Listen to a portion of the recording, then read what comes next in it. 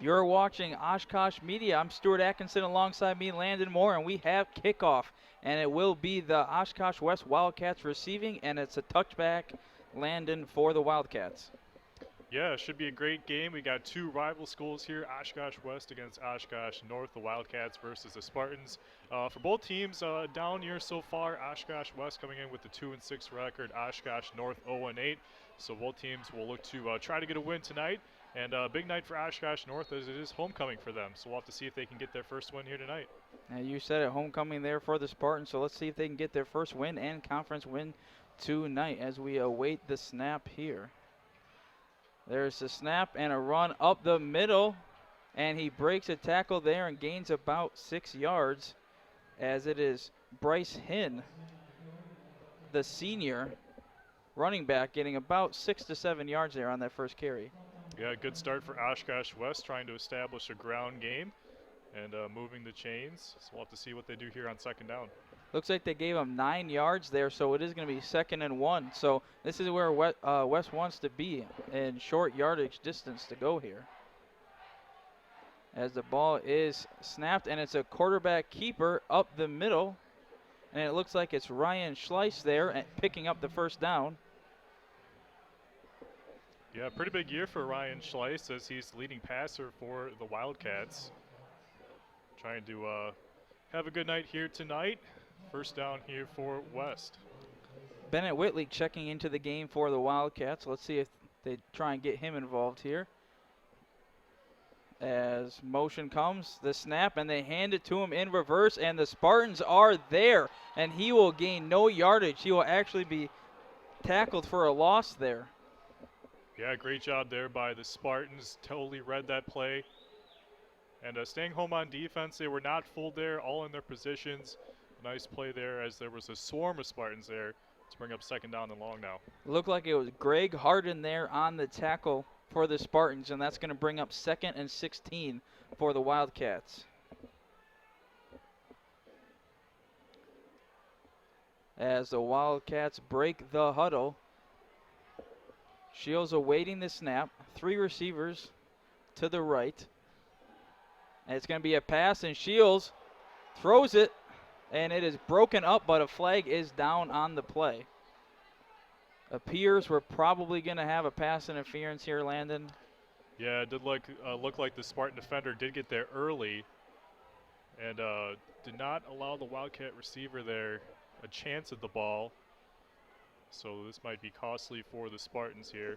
We'll have to see what the call is. We're awaiting the call here.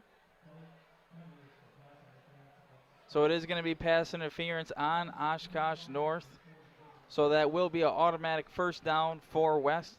Looked like a bang-bang play there, but you like to see the Spartans coming out aggressive, though, Landon. You know, they don't have a win yet, so you like to see them at least, you know, being physical early. Absolutely, yeah. They are certainly swarming the football. We saw it on that loss of a play a few plays back. So nonetheless, you just hope that they can continue to play aggressive defense and maybe get a stop here. So the senior quarterback, Schleiss there, he takes it, fake handoff, pitches it. Looks like he might have wanted to throw it there, Nate Carlin, but he bounces it outside and picks up. It looks like it's going to be another first down for the Wildcats. Yeah, Carlin there. It did look like he was going to throw it. You were looking for a receiver downfield, but there was nothing open. Good defense there by the Spartans, so ended up keeping it, and good defense there once again by Oshkosh North, not allowing that throw to be had. So Ken Levine pulling out all the tricks here early with a fake handoff reverse, their second reverse already. And it is going to be up the middle there from Hinn, and he picks up a heavy dose of yardage again. Looks like about 8 yards or so there. Yeah, you can kind of see Oshkosh West starting to get a little bit of a rhythm here on offense as they have crossed midfield now. So we'll have to see if the Spartans defense can come up with a big stop here right now and maybe get the ball back to their offense. But nonetheless, second down here for Oshkosh West.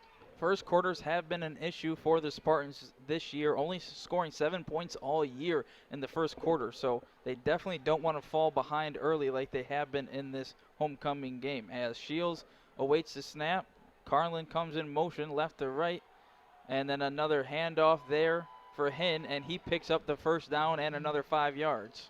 Yeah, another good chunk play there for West. As it seems like they're having some success now on the ground, kind of exploiting that Spartans defense. So we'll have to see if they continue to run it here and try to continue to move the ball downfield, or maybe they'll go to the passing game. But nonetheless, they are having success on the ground so far. Only one attempt for Schleiss thus far, and it was the pass interference call, so no official attempt yet for Schleiss. So it's been mostly ground attack for the Wildcats.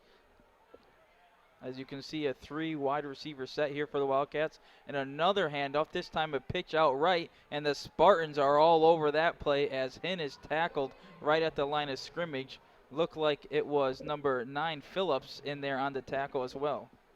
Yeah, good job by the Spartans defense there. Like we saw on that previous loss for a play, they were quick to get to the ball. A lot of defenders there to greet the West running back there. So good to see them getting the stop there and maybe getting some momentum here on defense. But nonetheless, they still have a lot of work to do. So 4 wide receivers set now for the Wildcats. And they actually run it out of the 4 wide receiver set. And as you can see, there is nowhere to go for Bryce Hinn. And that is going to bring the Wildcats to a 3rd and long. And it looked like Josh Merton, the senior for the Spartans, was in on that tackle. And a big play here coming up for the Spartans. If they can get one more stop here, they'll get that ball to their offense. It'll be a big opening series stop for them. So it is 7 minutes and 36 seconds into this first quarter. Running clock right now as a big 3rd and 8 coming for the Wildcats and another 4 receiver set. And it's going to be a bubble screen there, and it is incomplete as the pass was intended to Noah Alford. And Schleiss just didn't get quite enough on that throw there, Landon. Yeah, it was a little bit of a short throw there from Schleiss. And Alford was open there. He had some room to run if he did catch that ball, but nonetheless, a bad break there for the Wildcats. And we'll have to see if they decide to punt it away here or maybe go for it. Yeah, interesting spot of the field, Landon. They are in Spartan territory, and they are going to go for it. So a risky move here by Ken Levine, the head coach of the Wildcats. And it's going to be a pass and pressure there, and he doesn't go down. And now he's running for the first down, and it looks like he's actually going to pick it up. And they're looking for a late hit as well as Ryan Shields scrambles on 4th and 8 and picks up the first down. Yeah, great play there by Schleiss. He was looking downfield for a receiver, but nobody was open. Nonetheless, he made a great decision there to keep it and able to tightrope the sideline there and get just enough for that first down. And this drive keeps on going for the Wildcats. Savvy move there by the senior quarterback. 4th down, a couple of Spartans in his face, bounces off the tackle, and those kind of plays early, Landon, those are winning plays. Absolutely, and this will be big here. We'll have to see if Oshkosh West can capitalize on this drive and maybe score a touchdown to get the lead early. As the Shields has the ball, he's looking, and he throws it deep, and it's going to be picked off. An interception by the Spartans.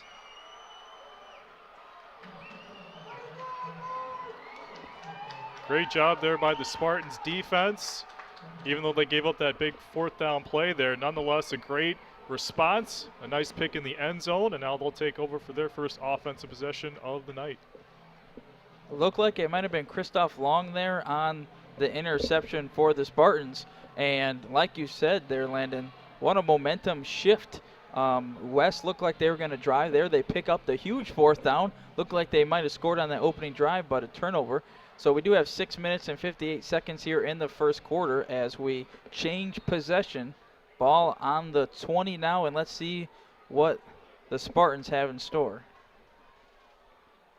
And it is going to be a run up the middle, and there is no room whatsoever against that West defensive front. Yeah, we'll have to see if Oshkosh West can have success on run defense, as they've been pretty efficient so far this year in that category. Nonetheless, a long way to go for the Spartans, as that interception kind of acted like a punt. So nonetheless, they'll have a long way to go to reach the end zone. It's going to be another run here by the Spartans. Breaking tackles is Kempfer, and it appears he's close, and there might be a fumble on the field, as West says they have it, but the refs say no, and it will remain Spartan ball, and Kempfer does get enough to pick up the first down. Yeah, good break there for the Spartans. Nonetheless, it certainly would have been a very unfortunate situation for them if there was indeed a fumble, but nonetheless he was down though. So this drive will continue as we have a stoppage of play. Spartans trying to push the pace a little bit, no huddle. Not quite sure what the holdup is here.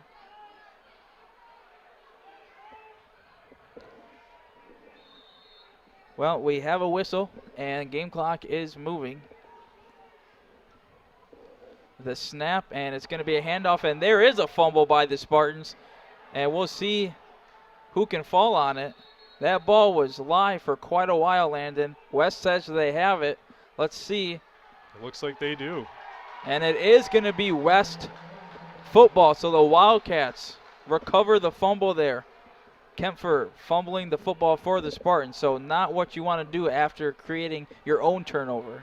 Absolutely not. Yeah, they unfortunately had the first down play that didn't go anywhere. The second down play, there was a fumble, but nonetheless the running back was down first though. But then on the third play there, indeed a fumble, and not the way you want to start this game if you're Oshkosh North. We'll have to see if the Wildcats, however, can capitalize. So the Wildcats take over on the Spartans' 35-yard line. 4 wide receivers set, a quarterback draw here, and Schleiss, he picks up 5 yards, and it's going to be roughly 2nd and 5. So another run for the Wildcats as Schleiss with some nice yardage on first down. Yeah, Schleiss so far great on the ground as he had that big 4th down conversion on their previous drive. Nonetheless, this is a big possession here for the Spartans defense. So they are able to hold the Wildcats. That'll be a huge win for them, not allowing any points. And Carlin comes in motion, and it's going to be a handoff up the middle to Carlin, and he does not get enough for the first down, but it will be Hinn there on the carry, and they are going to be a little bit short there, Landon. And I would imagine from what we saw in that first possession, if the Wildcats don't get it, I would assume they are in territory to go for it again. I would assume so, and Schleiss has been a big part of this game so far, just making good decisions, keeping it on the ground when nothing's been open. So not only do you have to worry about the running back here if you're the Spartans defense, but also Schleiss in that backfield. 4 wide receivers set again, but we've seen the Wildcats run on that formation a lot, and they do pass it here, and they pick up the first down. That pass is complete to Nate Carlin, the senior.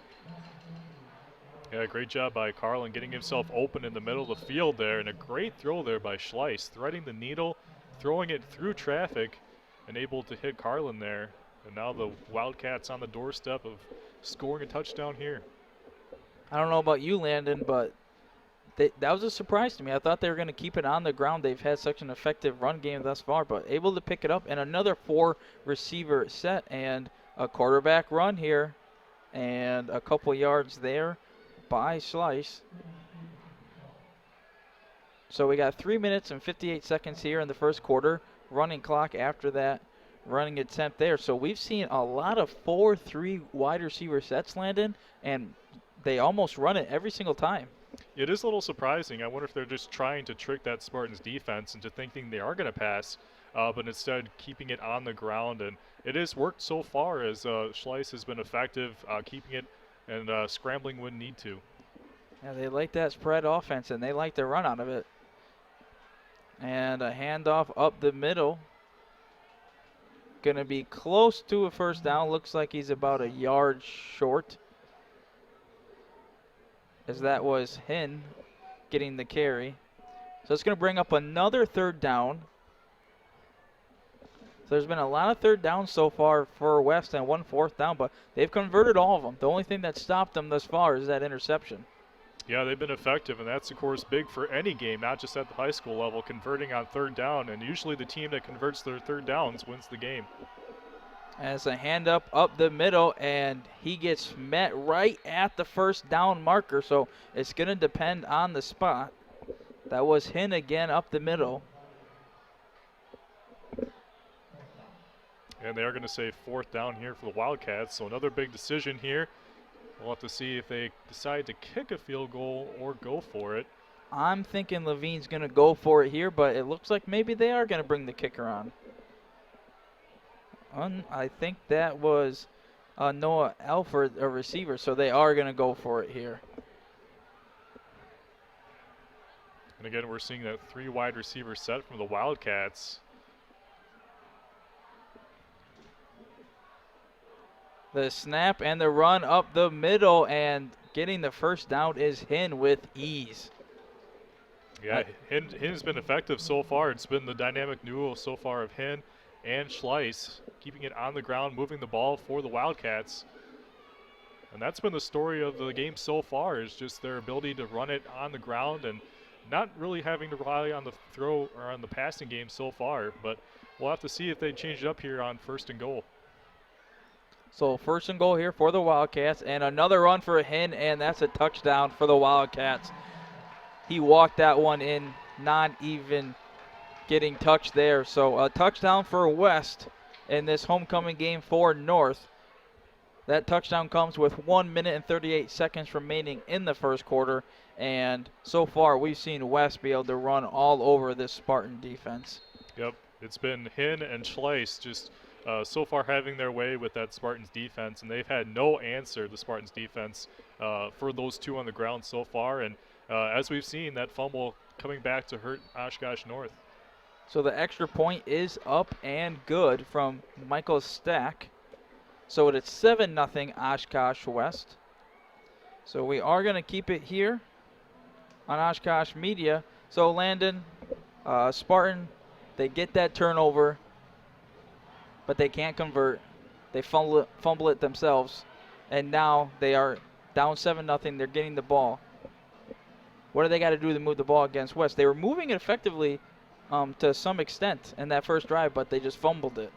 Yeah, I think it might just be as simple as just taking care of the football, whether it be carrying it with 2 hands or carrying it up high, but nonetheless just securing it when there's contact to avoid a fumble situation like that.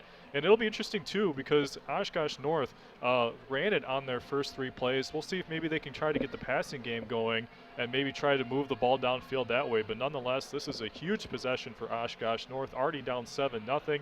Of course, we know that they've had their struggles in the first quarter, failing to score points. So we'll have to see if they can maybe answer the Wildcats here and make this an interesting game.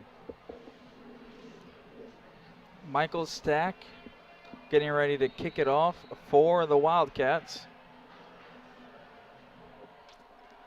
And there is the kick, and returning for the Spartans. And he is going to be pushed out of bounds as he only gets to about the 15-yard line.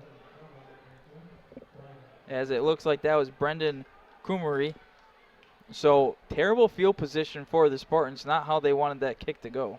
However, it appears we do have a flag on the play, so we'll have to see if this is going to benefit Oshkosh North or if it'll back them up. Usually on kick returns, the penalties are against the receiving team, as it's usually an illegal block in the back or a hold, and it is going to be against North. Yeah, so it did look like a block in the back there, as they are moving the ball back even farther now for the Spartans. So the Spartans, they're going to have to go the length of the field if they want to tie this game up here in the first quarter. So 1 minute 30 seconds here in the first quarter. As let's see what Ethan Tesmer, the senior quarterback, can do for this Oshkosh North squad. And it's going to be a quarterback keeper, and there is no room for him whatsoever, as it was Bryce Hinn in on the tackle for the Wildcats. Yeah, good job there by the Wildcats run defense, getting to Tesmer right away, not allowing him to get to that outer edge as it was looking he was going to do. So a 2nd down along here for the Spartans. And no huddle again for the Spartans. Taking a little bit of time here, but not huddling.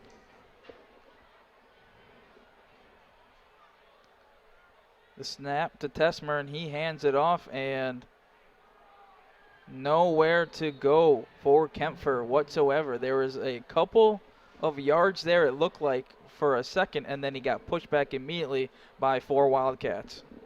Yeah, Kempfer trying to get it up the middle there, but met by a swarm of Wildcats. So again, good run defense there for them so far. So we'll have to see if the Spartans can maybe change it up here, try to get their passing game involved, get their receivers involved more, to maybe try to move down the field that way. So a no huddle again for the Spartans here as a crucial 3rd and 4 coming up. If they don't get this, it looks like West will have great field position again, as we have 10 seconds in the first quarter with a running clock, as there is the snap and they run it up the middle, and they did not get the first down. Yeah, again, great defense there by Oshkosh West, as they did not allow the running back to get any sort of movement whatsoever through the middle of that defense. So that is the end of the first quarter. Your score is Oshkosh West on top of Oshkosh North, 7-0. You're watching high school football on Oshkosh Media.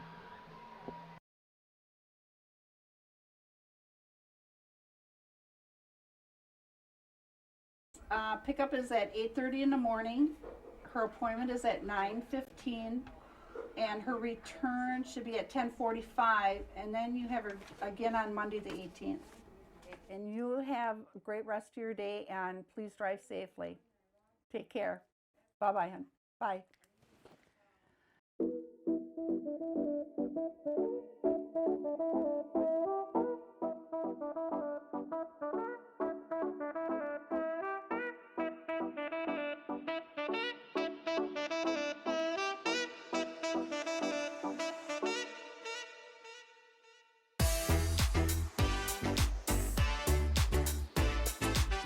My name is Sandy, and I do all the scheduling for AdvoCap Volunteer Transportation. Welcome back to Oshkosh Media as we are awaiting the start of the second quarter of this Oshkosh West versus Oshkosh North football game, and it's going to be a punt from North, and it is a poor one. A good bounce for the Spartans, though, but it will be Wildcat ball at about the 42-yard line.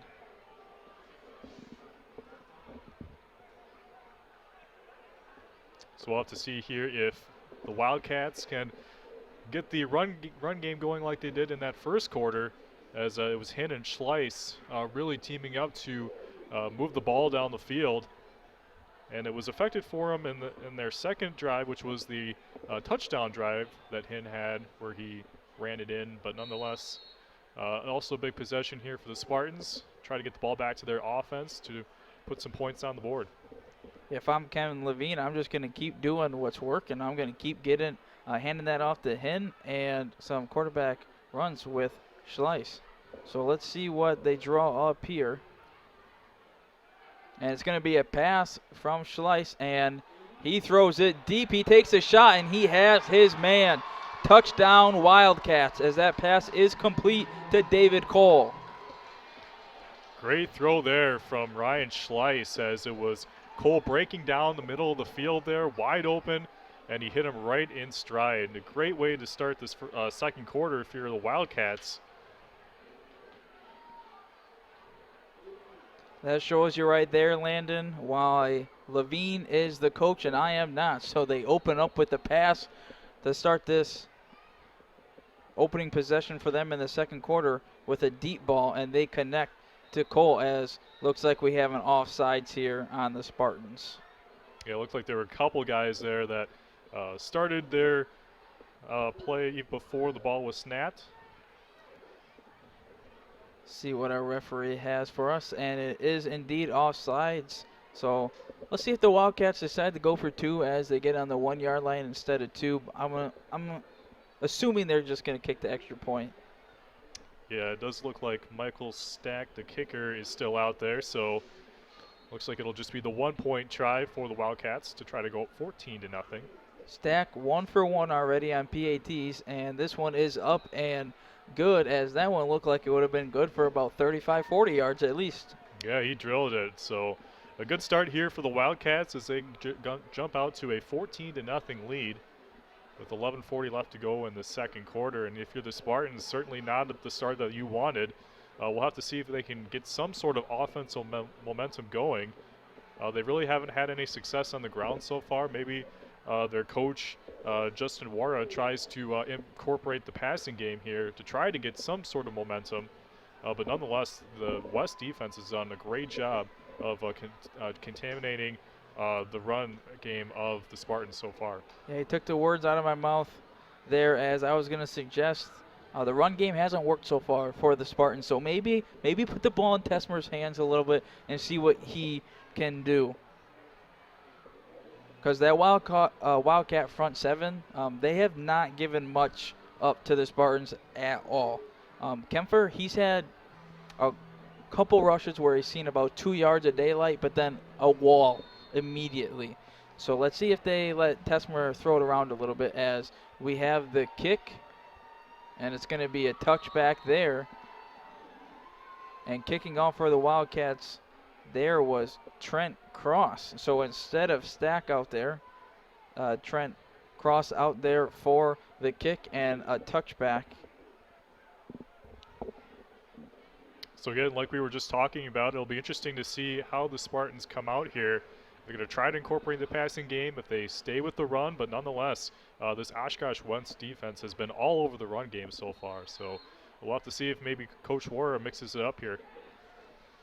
You see Tesmer there as he receives the snap, and they hand it off, and immediately tackled in the backfield is Kempfer.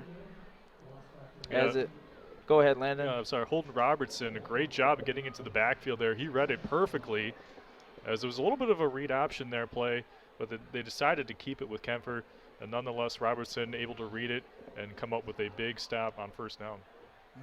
Robertson, the senior there, making the big play, and it's going to be 2nd and 12 for this Spartan offense.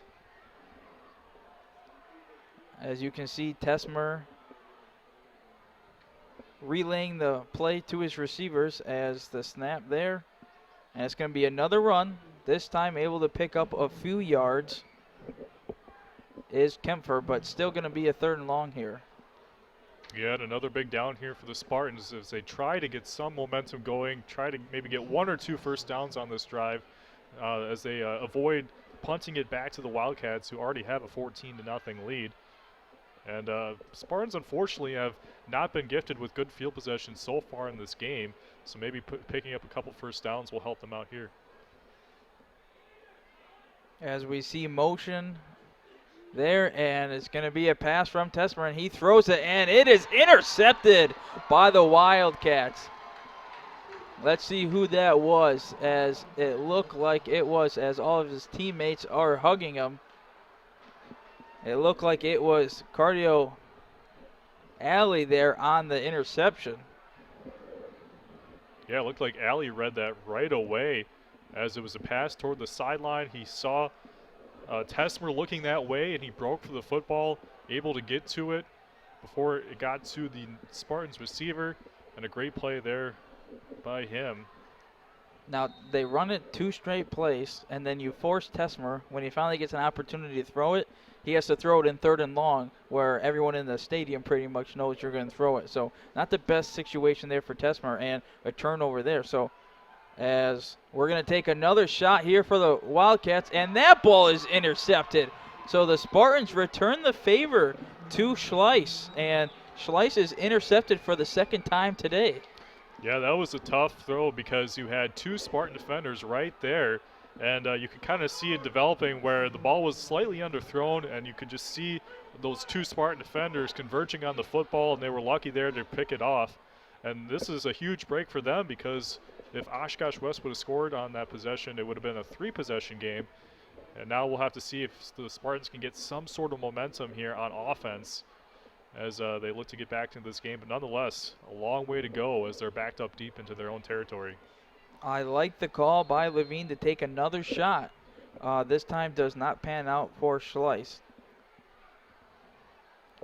And the snap to Tesmer, and he hands it off. And again, a wall of defenders there by the Wildcats. Yeah, you can definitely tell that the Wildcats are anticipating the run, as it seemed like the Spartans have just been running it consistently on first and second down, so that's what they're keying on right now. So if you're Coach Wara and the Spartans offense, you wonder if maybe trying to go with a passing play on first down just to get the Wildcats defense off guard might help, but nonetheless, we're going to have a stoppage and a flag, it appears, on this second down play. Looks like it's going to be a false start there, and when you're constantly running it on first and second down, you know, Tesmer, if he's always having to throw it on the third and long, he's not probably going to convert a lot of those, especially with this Wildcat defense on that front. So they're, like you said, they're pinning their ears back, and they're going right after that running game until North proves otherwise. And we got a 4 wide receiver set here, trying to draw them offside, and it looks like Tesmer might have been able to get those 5 yards right back. Yep, it is going to be an offsides penalty against the Wildcats, so they head right back to that original line of scrimmage. And a good break there for the Spartans. So that's going to put it at 2nd and 6, 9 minutes and 17 seconds here in the second quarter. The snap there and another run play and a couple yards gained there by Kempfer. So that's going to bring it to 3rd and manageable. And again, we'll have to see if that Spartans offense will at least try to pass it in some capacity. We haven't seen any passing plays yet, as they've relied on their ground game. But nonetheless, another big third down here. If they can convert, they just continue to keep that Wildcats offense off the field. But again, if there's a stop here, the Wildcats get the ball right back. Tesmer rolling out to the right, and he is going to pass it, and his pass is overthrown. That was intended for Lucas Cleveland, and it's going to bring up a 4th down. Yeah, it was good to see the Spartans at least try to attempt to get the first down through the air, but nonetheless, not the best of throw there from Tesmer. And as we see the punt unit now come on for the Spartans, so unfortunately not able to get anything going on that drive, and now they'll have to put their defense back out there. So another throw on 3rd down for Tesmer. If my memory recalls, I don't think he's had a pass attempt this game on 1st or 2nd down. If it has been, it's only been 1. But nonetheless, it is going to be a 4th down, and we do have a whistle here. Looks like we have a timeout called by the Spartans, which will be their first of the half. First timeout of the game for either team. 8 minutes, 30 seconds here in the second quarter. As you can see, West is on top of North 14-0. And we are awaiting a punt by the Spartans. Landon, so far we've seen West kind of dominate this game. West is about to get the ball back again, have an opportunity to go up by 3 scores. What do the Spartans got to do to get back in this game? Well, so far, really their success on defense has been coming as far as getting into the passing lanes and trying to disrupt passes. They've had 2 interceptions so far in this game, so right now they're winning that turnover battle by picking off passes thrown by Schleiss, but nonetheless, they are being dominated on the ground by both Hinn and Schleiss. And Schleiss also with that 1 touchdown, a beautiful pass there. But nonetheless, I think if you're the Spartans, just continue to load the box and try to stop the ground game and force some 2nd and longs and 3rd and longs for your defense. And a low snap there, but able to get it off for the Spartans, and a nice bounce as it will be spotted at the 49-yard line of the Wildcats. Another thing, too, is the field position battle has been won by the Wildcats, as they've been set up with great field position on all of their drives. But for the Spartans, they've been backed up deep into their territory. So that's unfortunately been something that has hurt them so far in this game. But we'll have to see here if West can capitalize, as they had great field position on their last drive, but the interception cost them. So they could be up by more than what they are right now. But nonetheless, if you're the Spartans, like we said, you just got to continue to focus on stopping the ground game and trying to get some sort of stops for your defense. Yeah, so the ball is going to be placed a few yards closer to the end zone, as it's going to be spotted at the 45. And a pass on first down for the Wildcats, and it's a bubble screen there, and able to pick up a good chunk of yardage is Carlin. Yeah, a little surprised that the Wildcats went with a pass on first down since they have had so much success on the ground, but nonetheless just trying to keep the Spartans' defense off guard there. So we'll have to see maybe if they go back to the ground here on second down. Last 3 plays for the Wildcats have all been passes. The touchdown, the interception, and then that bubble screen. And they get back to their roots there, and they run it. That's Hin up the middle, so a third down awaits the Wildcats. And again, another big third down here for that Spartans defense to try to get off of the field and get their ball back to their offense. But nonetheless, of course, the Wildcats have had a lot of success on third down so far. Bennett Whitley coming onto the field for the Wildcats.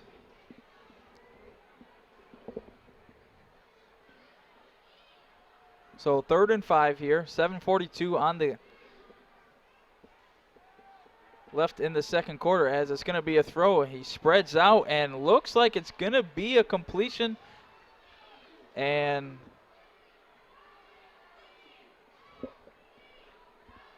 I think they're going to say he was out of bounds there, Landon, as a nice effort by Cole, but it is going to be a 4th and 5 for the Wildcats. Yeah, that was a really tough play as the Wildcat receiver was very close to the sideline, tried to make that catch, but nonetheless just unable to convert there on third down. And a huge stop there for the Spartans defense. Maybe this will give them some sort of momentum here, but nonetheless they're going to be backed up again deep into their own territory, so they'll have a long way to go. Give the Spartans credit. That's what they needed. They needed a quick stop, and now they are going to get the ball back, it looks like. But unless they have a nice punt return, they're going to have a short field. As a fake punt for the Wildcats, and they pick it up. A direct snap to Bryce Hin, and he picks up a solid 15 yards. So just when we thought the Spartans got to stop, the Wildcats pull a little trick play on 4th down and pick up the first. What a call there by Coach Ken Levine there. None of us, I think, were expecting that, as the Wildcat defense has had a lot of success so far, but a little aggressive there by Coach Levine, hoping that his offense can maybe put another touchdown on the board to further extend their lead. Let's see if they take a shot here with Schleiss after the big play. He's rolling out left. Pass is completed there to Carlin, as he is close to another first down. And they are going to give it to him. So a first down for the Wildcats, and looks like it might just be short of being 1st and goal. It is going to be 1st and 10, so they can pick up a first down without punching it into the end zone. But nonetheless, a great opening play there for the Wildcats, getting deep into Spartan territory. Maybe this will be the play to get it into the end zone. As it was a fake handoff there, and Schleiss tackled immediately by Josh Merton, the senior. So Merton, the senior, in the backfield there on the Wildcats. So a big play there brings up 2nd and 13. Yeah, and again, if you're the Spartans defense, you try to accumulate as many negative plays as possible. Good job there tackling him for a loss there on first down. And hopefully, if you're them, you can try to continue to get some negative plays in the backfield. Snap there, motion, fake handoff, and it's going to be a quarterback keeper, and that's going nowhere for Schleiss, as number 75, Kyle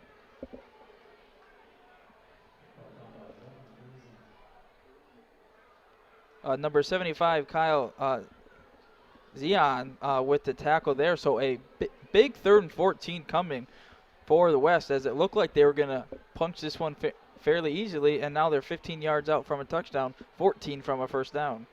Yeah, if you're the Spartans defense, look out for the pass here. as you mentioned, Schleiss will be looking to throw here on 3rd and long.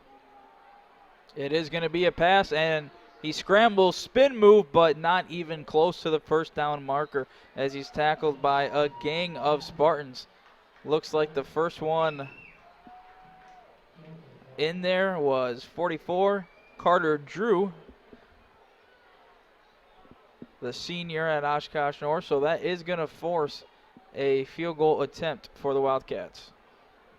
And that's the stop that the Spartans defense needed, as it was looking like West was going to go down and score another touchdown, but a couple of negative plays there from the Spartans defense getting into the backfield, and we'll have to see if the Wildcats can convert on this field goal. So 76, Trent Cross on here for the field goal attempt, as it's almost blocked, but it's no good. He missed it wide left. So there's the stop you said. No points on the board, as it looked like West was going to be able to get at least 3 points there. But I wonder if the Spartans got a fingertip on that one, because they had a lot of pressure in that backfield. It's very possible, yeah. You saw that kick definitely go wide left there. And, well, Looked like there's kind of a weird angle of that ball coming off, as there was plenty of leg there, and it just kind of took a weird turn. So I would guess that that ball was tipped at the line of scrimmage. So Ethan Tesmer back onto the field for North as he tries to put some points on the board for his team. A handoff up the middle and nowhere for Kempfer to go whatsoever. So we've seen this on multiple drives. A first down run up the middle for 0 to, well, they are going to give him 3 yards on that. So 3 yards is respectable. But they're going to have to open up the playbook a little bit here if they want to start moving the ball. yeah, I mean, Oshkosh West has been keying in on that run on 1st and 2nd down all night long, and the Spartans have just continued to go to that play. So obviously not a whole lot of creativity on the part of the Spartans offense so far. As Kempfer runs it again up the middle, it's going to bring us to 3rd and 5. 3 minutes and 37 seconds remain here in this second quarter. It is homecoming tonight for Oshkosh North. Not the start they wanted, but it is still a long game. Let's see if the Spartans, what they do here on 3rd and 5. Looks like a blitz is coming from the Wildcats. Tesmer checking his play chart on his wrist. And they hand it off again, and nowhere to go, as looked like there might have been a little bit of cutback room there, but Landon Spanbauer gets shut down short of the first down. So 4th down for the Spartans. Yeah, and obviously not the drive you were looking for the Spartans after you had that huge stop there on the previous possession, forcing the missed field goal. But nonetheless, looks like we're going to have another punt here by Oshkosh North. And with 2 minutes 57 seconds left in this first half, we'll have to see if maybe Oshkosh West can put a scoring drive together to possibly score before the end of this first half and to go up by 3 possessions, as they have a 2-possession lead right now. Yeah, so not quite going to be a 2-minute drive, going to be about a 3-minute drive for West, but let's see what Schleiss is able to do, as they're going to have the ball. Well, I shouldn't say that, because last time I said that Oshkosh West ran a fake punt and they picked up the first down. But we are assuming here West is going to have the ball here and have an opportunity to put some more points on the board before halftime. Yeah, and obviously with the field position not in Oshkosh North's favor, you certainly don't want to risk a fake punt and not get it and have Oshkosh West have great field position for their next drive. So certainly the smart thing to do would be just to kick it away here on 4th down.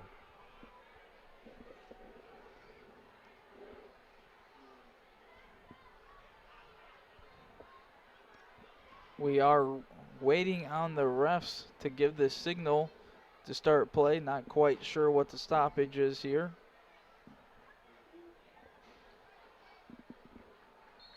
And there's the whistle. Oh, they put 4 seconds back on the clock. So 3 minutes and 1 second remain here as the punt goes to about the 45-yard line and immediately tackled. So a nice play there by Raymond McCann as he makes the play immediately there on the Wildcat. Yeah, great play there by McCann, as there was no fair catch signal called, so he did the right thing by waiting until the ball was caught and immediately made the tackle there. So good job there by McCann. And now we'll have to see, as there's less than 3 minutes here, if the Wildcats can put together a quick drive to continue to score points and add to their lead. But the Spartans still very much in this game, only down 14-0. So, and their defense has come up big in these last 2 possessions.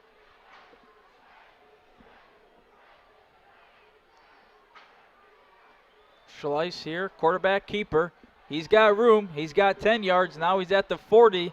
And Schleiss picking up 15 yards on the quarterback keeper. Yeah, that's the second big run we've seen from Schleiss in this game so far, as he's made a great decision to obviously fake it to his running back and then keep it there.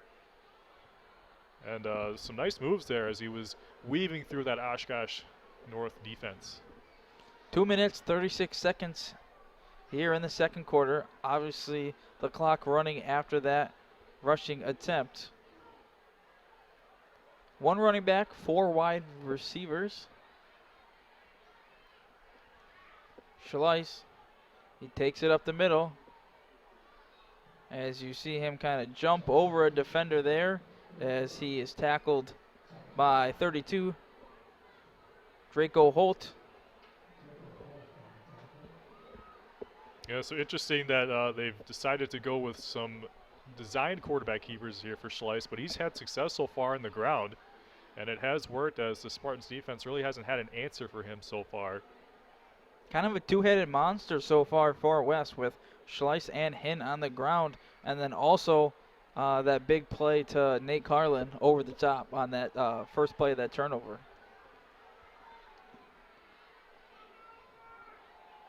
Schleiss scrambling. He has a man completed. First down for the Wildcats, and that's completed to Holden Robertson. So 1:29 here in the second quarter and another first down. Actually, I think that was Jager Freiberg there with completion number 2 for the Wildcats. Nonetheless, a good play there by Schleiss, rolling out to his right as we're going to have a whistle. So timeout by North. My apologies there. Thank you, Landon. So Freiberg on the catch there for the Wildcats. So 1:22 here in the second quarter. Wildcats got a first down. Landon, if the Wildcats get this in, it's going to be a tall, big hill for the Spartans to climb. So if the Spartans can get a stop here, they can have a little bit of momentum going into halftime. Yeah, so far, I mean, besides the 2 touchdowns that they've given up, their defense has stepped up when they needed to, as they've held the Wildcats near the goal line there. We, of course, saw the missed field goal there on their last possession. But nonetheless, the Spartans offense, it will be interesting in the second half to see if they open up the passing game somehow with Ethan Tesmer, as they've been just continuing to run it on first and second down, and the Wildcat defense has been keying in on that the entire night so far.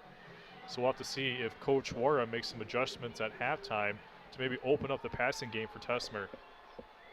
So a minute 22 here, so plenty of time on the clock for the Wildcats. No need to rush yet. Schleiss back there to pass, and he is sacked as they are going to call that play dead and call that an incomplete pass. So almost a turnover the Spartans needed. Yeah, and turnovers have been big so far for the Spartans defense, as they've already had 2 interceptions, almost forced a fumble there, and that would have been huge for them to get the ball back to try to score, but nonetheless, Oshkosh West remains with the ball. Drop back to pass here for Schleiss, and he is intercepted again. His 3rd interception of the game, and it looks like that was intercepted by Greg Harden.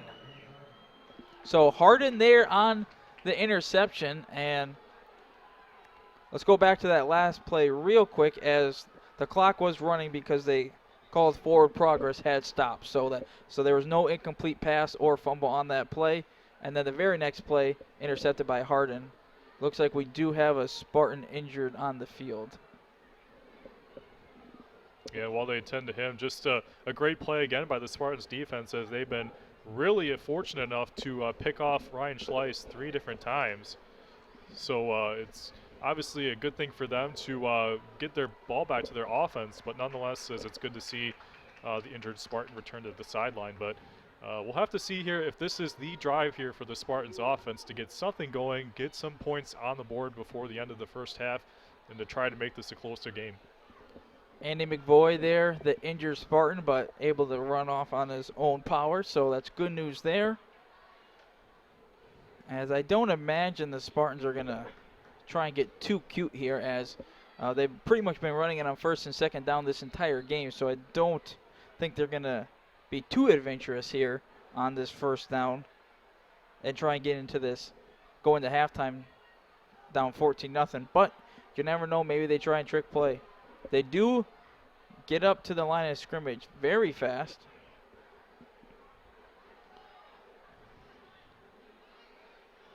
And they got a flag, and that ball is incomplete, intended for Tesmer, as kind of a trick play there, as Kempfer, the running back, throwing it to the quarterback, Tesmer.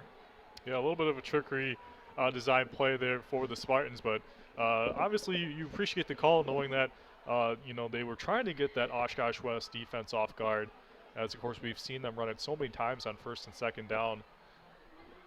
It looks like it was false start or illegal formation there on the Spartans, so that play would not have counted regardless. So 1st and 15, 36 seconds left here in the second quarter. I would imagine we're going to see a run here. Yeah, the smart thing here for the Spartans would be just to run out the clock here and go into halftime and try to make some adjustments. Nonetheless, we'll have to see maybe if they can get a big play here on second down. As they do throw it, the pass is complete. Tackled by Robertson. That pass was complete to Adrian Rodriguez, the junior running back. So that's 15 seconds left in the quarter. Clock running down to 10 seconds now. 2nd and 6. Tesmer back to pass. Looks like it's going to be a screen here, and there is some room to run as he is pushed out of bounds. And that was Landon Spandbauer, but it's all for naught, as that is the end of the first half as the clock hits 0. So first half, Oshkosh West leads Oshkosh North 14-0. We saw 3 interceptions by Schleiss and a couple turnovers for the Spartans as well. Yeah, obviously a very good half for Oshkosh West, even though they weren't able to capitalize on their last 2 possessions. But nonetheless, they were able to get the ground game going with both Hinn and Schleiss. And if you're Oshkosh North, just not able to get anything going offensively, but nonetheless, you're still only down 14. So we'll have to see if maybe they make some adjustments at halftime. Oshkosh Media produces a number of municipal videos for the city of Oshkosh. Let's take a look at what's new from Oshkosh Media.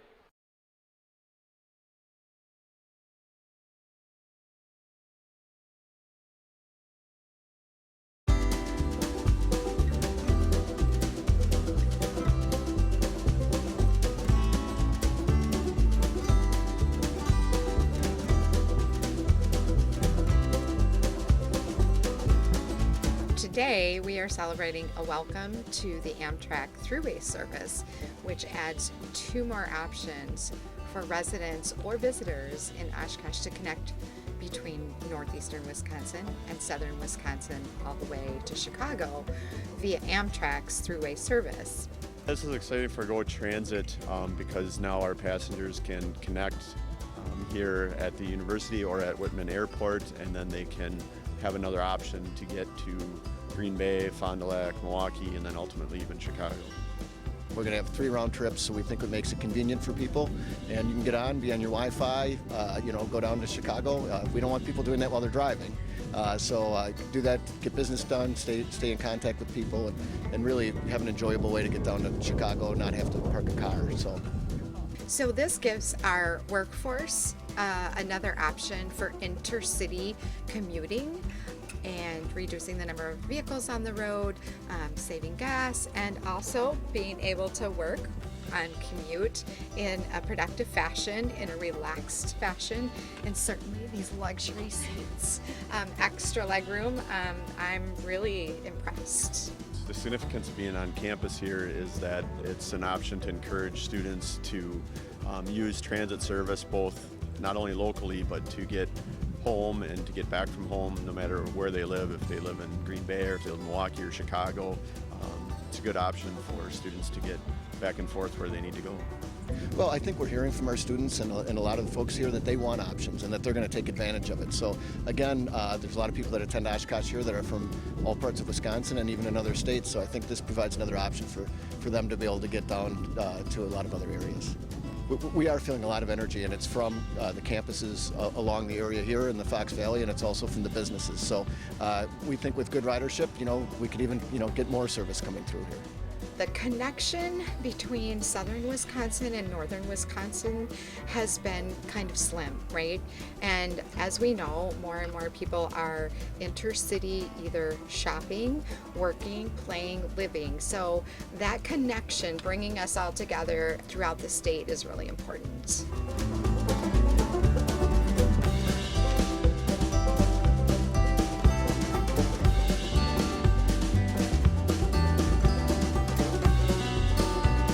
I was also really impressed that we're really inclusive in offering this, because in the back of this bus they have the capacity for 2 wheelchair spaces, and there's a lift, so that also gives people with different abilities the option to use the transportation as well.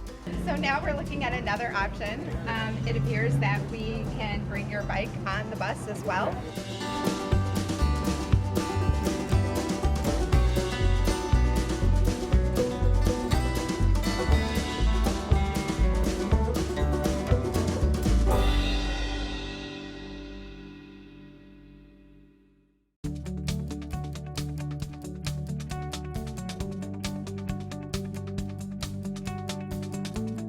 Hi, I'm Jim Michelson, Chairman of the Bicycle and Pedestrian Advisory Committee. The Bicycle and Pedestrian Advisory Committee is made up of 7 resident representatives from the city of Oshkosh. We strive to promote and encourage safe bicycle and walking as significant means of transportation in the city of Oshkosh. Our committee goals involve working towards the development of a coordinated system of safe and convenient bikeways and walkways and stimulation of public awareness through educational events. Our committee is tasked with reviewing and updating the bicycle and pedestrian circulation plan and recommend projects for funding through the city's capital improvement plan. We aim to make Oshkosh a bike and pedestrian friendly city and are making strides in protecting and growing the biking and walking population. The Bicycle and Pedestrian Advisory Committee and many other boards and committees who serve the city of Oshkosh are an extremely important part of our local government and community. We encourage you to consider serving on a city board or commission to help make Oshkosh a great place to live, work, and play.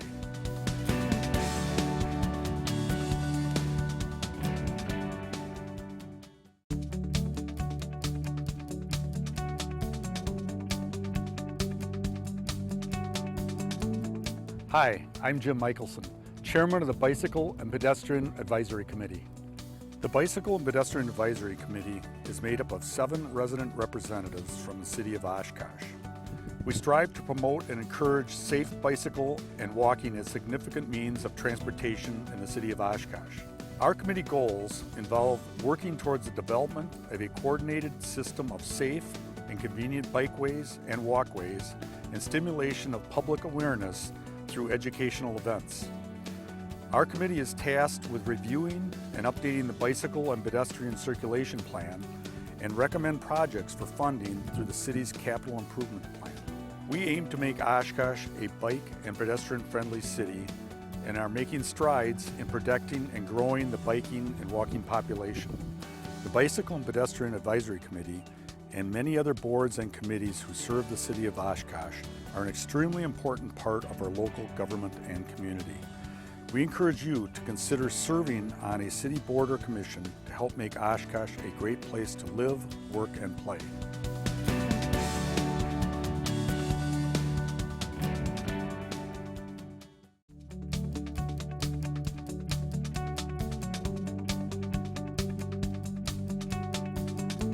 Hi, I'm Tom Foydick, Chair of the Oshkosh Plan Commission. The Plan Commission is made up of 11 resident representatives from the City of Oshkosh. We strive to help the community make good planning decisions regarding growth and development in the community.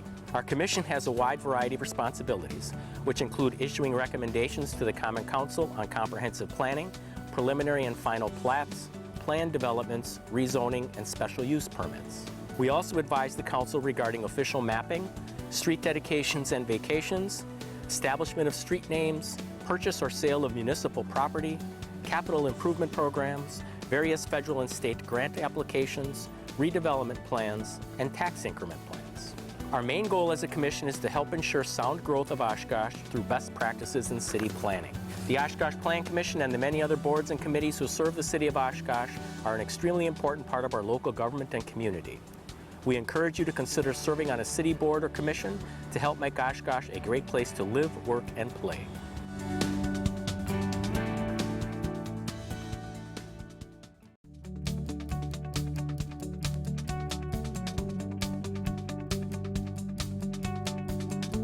Hi, I'm Tom Foydick, Chair of the Oshkosh Plan Commission. The Plan Commission is made up of 11 resident representatives from the City of Oshkosh. We strive to help the community make good planning decisions regarding growth and development in the community. Our commission has a wide variety of responsibilities, which include issuing recommendations to the Common Council on comprehensive planning, preliminary and final plats, plan developments, rezoning, and special use permits. We also advise the Council regarding official mapping, street dedications and vacations, establishment of street names, purchase or sale of municipal property, capital improvement programs, various federal and state grant applications, redevelopment plans, and tax increment plans. Our main goal as a commission is to help ensure sound growth of Oshkosh through best practices in city planning. The Oshkosh Plan Commission and the many other boards and committees who serve the city of Oshkosh are an extremely important part of our local government and community. We encourage you to consider serving on a city board or commission to help make Oshkosh a great place to live, work, and play.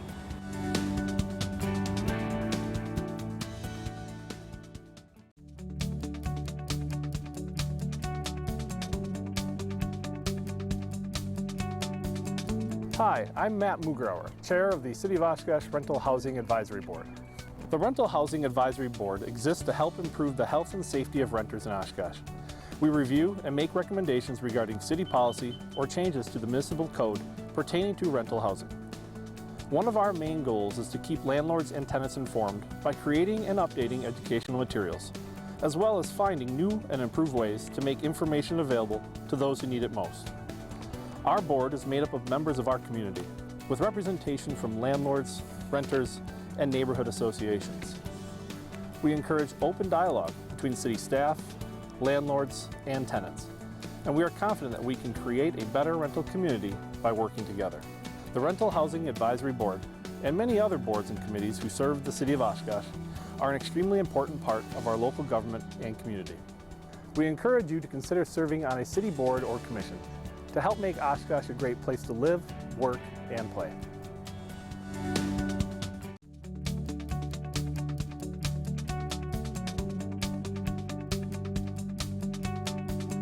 Hi, I'm Matt Mugrauer, Chair of the City of Oshkosh Rental Housing Advisory Board. The Rental Housing Advisory Board exists to help improve the health and safety of renters in Oshkosh. We review and make recommendations regarding city policy or changes to the municipal code pertaining to rental housing. One of our main goals is to keep landlords and tenants informed by creating and updating educational materials, as well as finding new and improved ways to make information available to those who need it most. Our board is made up of members of our community, with representation from landlords, renters, and neighborhood associations. We encourage open dialogue between city staff, landlords, and tenants. And we are confident that we can create a better rental community by working together. The Rental Housing Advisory Board and many other boards and committees who serve the City of Oshkosh are an extremely important part of our local government and community. We encourage you to consider serving on a city board or commission to help make Oshkosh a great place to live, work, and play.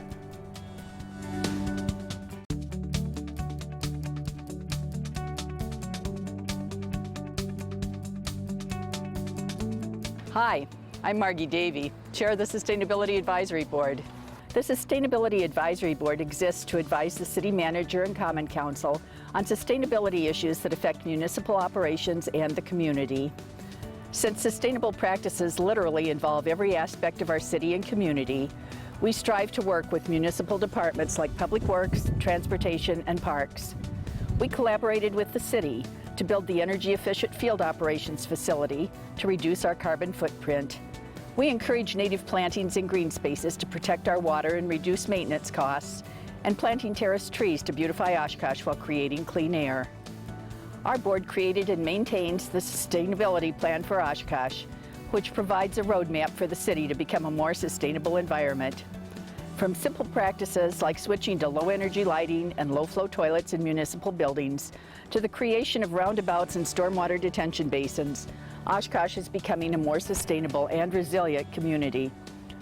Our board is consistently engaging with the Oshkosh community on the importance of sustainable practices, such as urban chicken and beekeeping, rain barrel use, wise energy use, and more.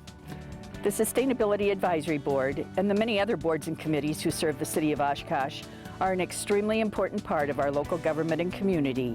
We encourage you to consider serving on a city board or commission to help make Oshkosh a great place to live, work, and play.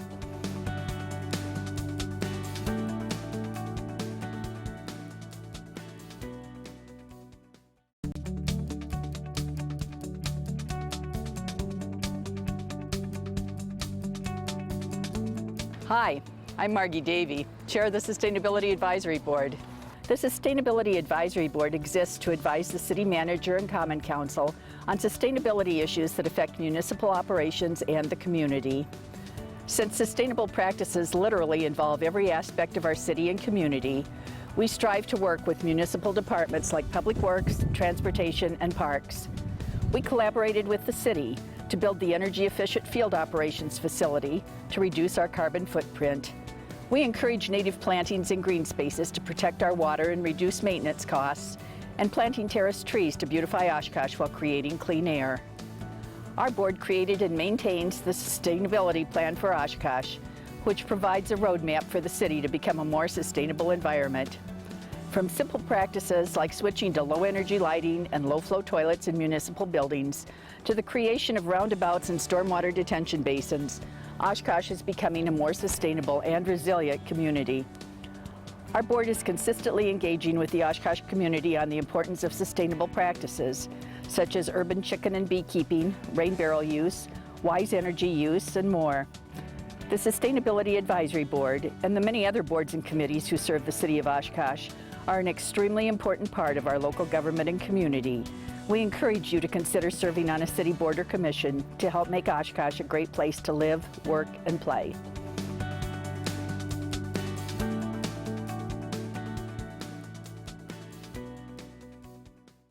The Oshkosh Public Museum Board of Directors brings together history advocates and community leaders and enlists them with the important role of stewarding our city's rich history.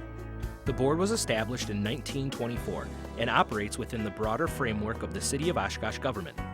Members are tasked with ensuring that the museum remains focused on its mission to document and preserve the ideas and values representing Oshkosh and the Lake Winnebago region. The Board of Directors oversees numerous aspects of museum operations. This includes raising funds, directing revenues, and reviewing and adopting museum policies.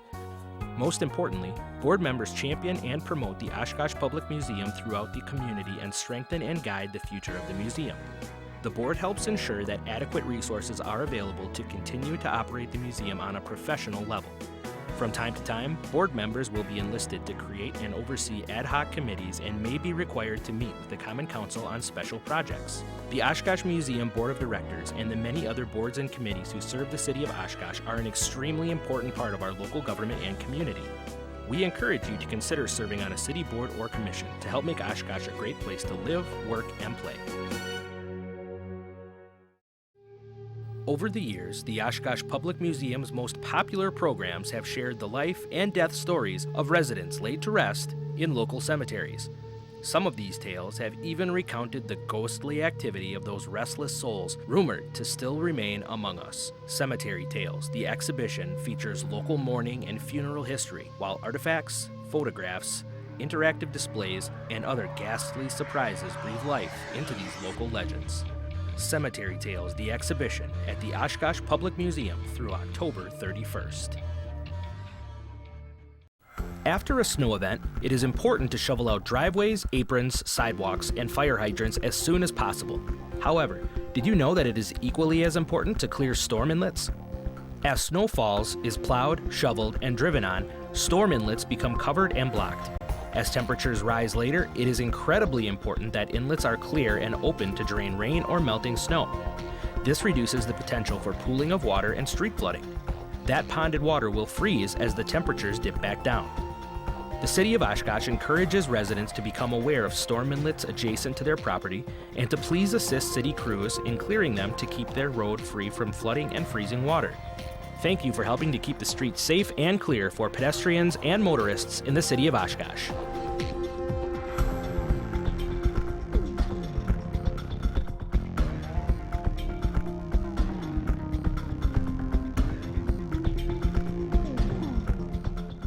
Hi, I'm James Robbie, Director of Public Works for the City of Oshkosh. The City of Oshkosh Public Works Department is made up of 7 different divisions with a wide variety of responsibilities. These divisions are engineering, streets, sanitation, central garage, water utility, wastewater utility, and the stormwater utility. Our job in Public Works is to provide Oshkosh with quality, safe, and dependable infrastructure. Some basic duties include design and construction observation of public works projects, maintenance of streets, collection of garbage and recycling, and maintenance and fueling of city vehicles. Additionally, the water utility provides water that is safe for consumption, ensures adequate water supply for the fire department, and maintains our city's 4 water towers. The wastewater utility treats all sanitary waste in accordance with EPA and DNR regulations, while the stormwater utility manages stormwater on a citywide basis with a primary goal of reducing flooding impacts and complying with environmental regulations. The City of Oshkosh Public Works Department does so much more than what I have time to list here in this video. I encourage you to explore our website or call any of our division offices for more information. Thank you for taking the time to learn about what our department does for you, and thank you for allowing us to serve you, Oshkosh.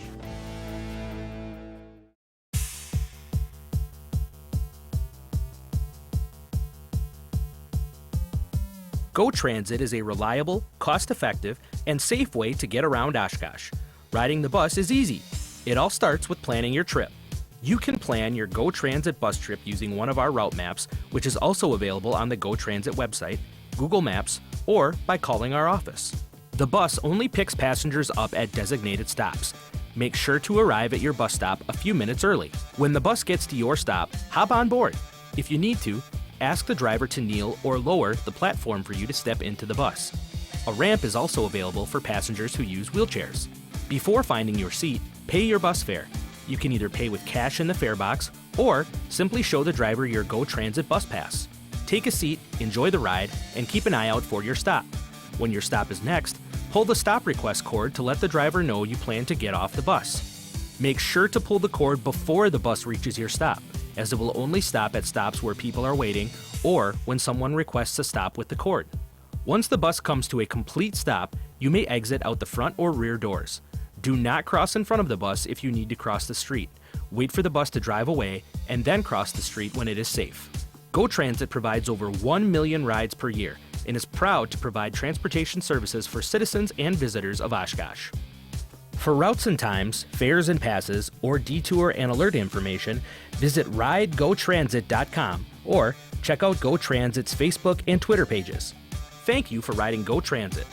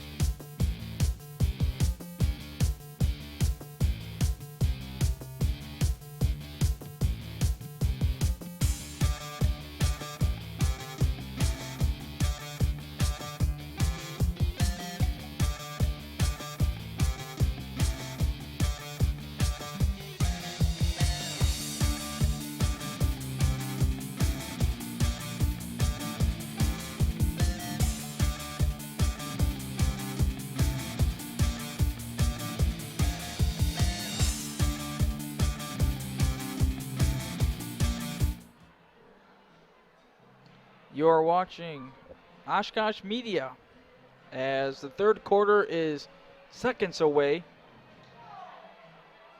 as West is up 14-0 on North. It is homecoming for the Spartans. Not the game they've wanted so far, but there's another half to play as the return is at the 25 and is stopped there as about 3 Wildcats bring them down.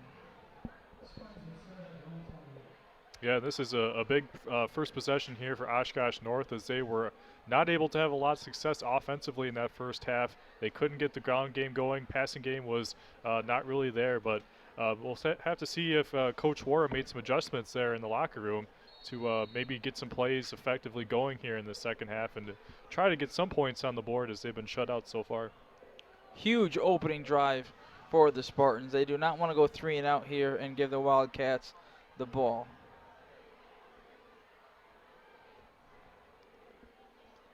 Tesmer looks like he might be audibling here.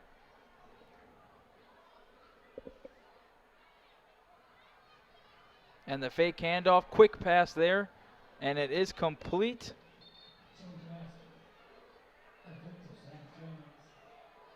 And that is completed to Sam Shimmons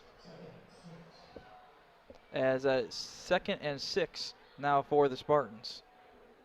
Yeah, and again, we did see a change there as they elected to pass on first down instead of run, and they were able to get some yardage there. So a good first play here for Oshkosh North.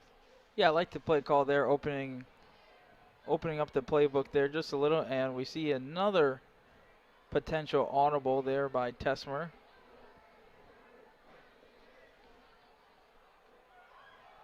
Kempfer up the middle. Gain of a couple. Look like Phillips in there on the tackle. Or excuse me, Martell in there on the tackle for the Wildcats. 3rd and 3.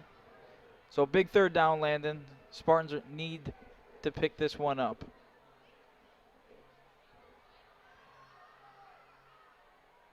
Tesmer looks over to the sideline, and you can see here as he's making his 3rd audible on the 3rd play of the second half. And up the middle goes nowhere. That play is shut down from the start. Yeah, number 60, Josh Olson, getting into the backfield there quickly, beating his man up front, and a great tackle there. And unfortunately for the Spartans, not able to convert there on 3rd down to keep that drive going. So, again, they'll have to punt it back to the Wildcats. Big play by the senior Olson there, forcing a 3 and out. Exactly what the Spartans did not want in this opening drive. Another low snap on the punt. They get it off, and a nice bounce, but it looks like it hits the Spartan defender, and a smart move there by Carlin to pick it up, as he is tackled at the 36. So regardless of what would have happened there when he picked it up, if he would have fumbled it, regardless, still would have been their ball since the Spartans touched it right away. So a smart play there by the senior Carlin. Absolutely, and now we'll have to see if Oshkosh West can get a good first productive drive in the second half. They were able to move the ball quite effectively, but nonetheless it was interceptions that plagued them in that first half, as they could be up certainly by more than what they are right now. But nonetheless, it is the defense by the Spartans picking off Ryan Schleiss 3 different times in that first half that's kept them in this game. Let's see if Schleiss tries to be a little more careful with the ball, as, like you said, they moved the ball.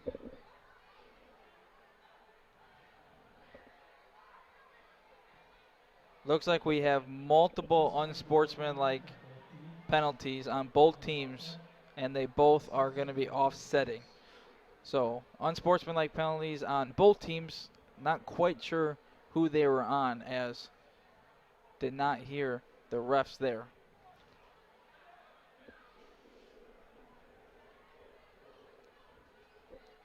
Another 4 wide receiver look, as you've seen this often on your TV screen, and what they've typically done here is ran the ball with Schleiss and Hinn in a option. as it looks like some Spartan defenders jumped off sides.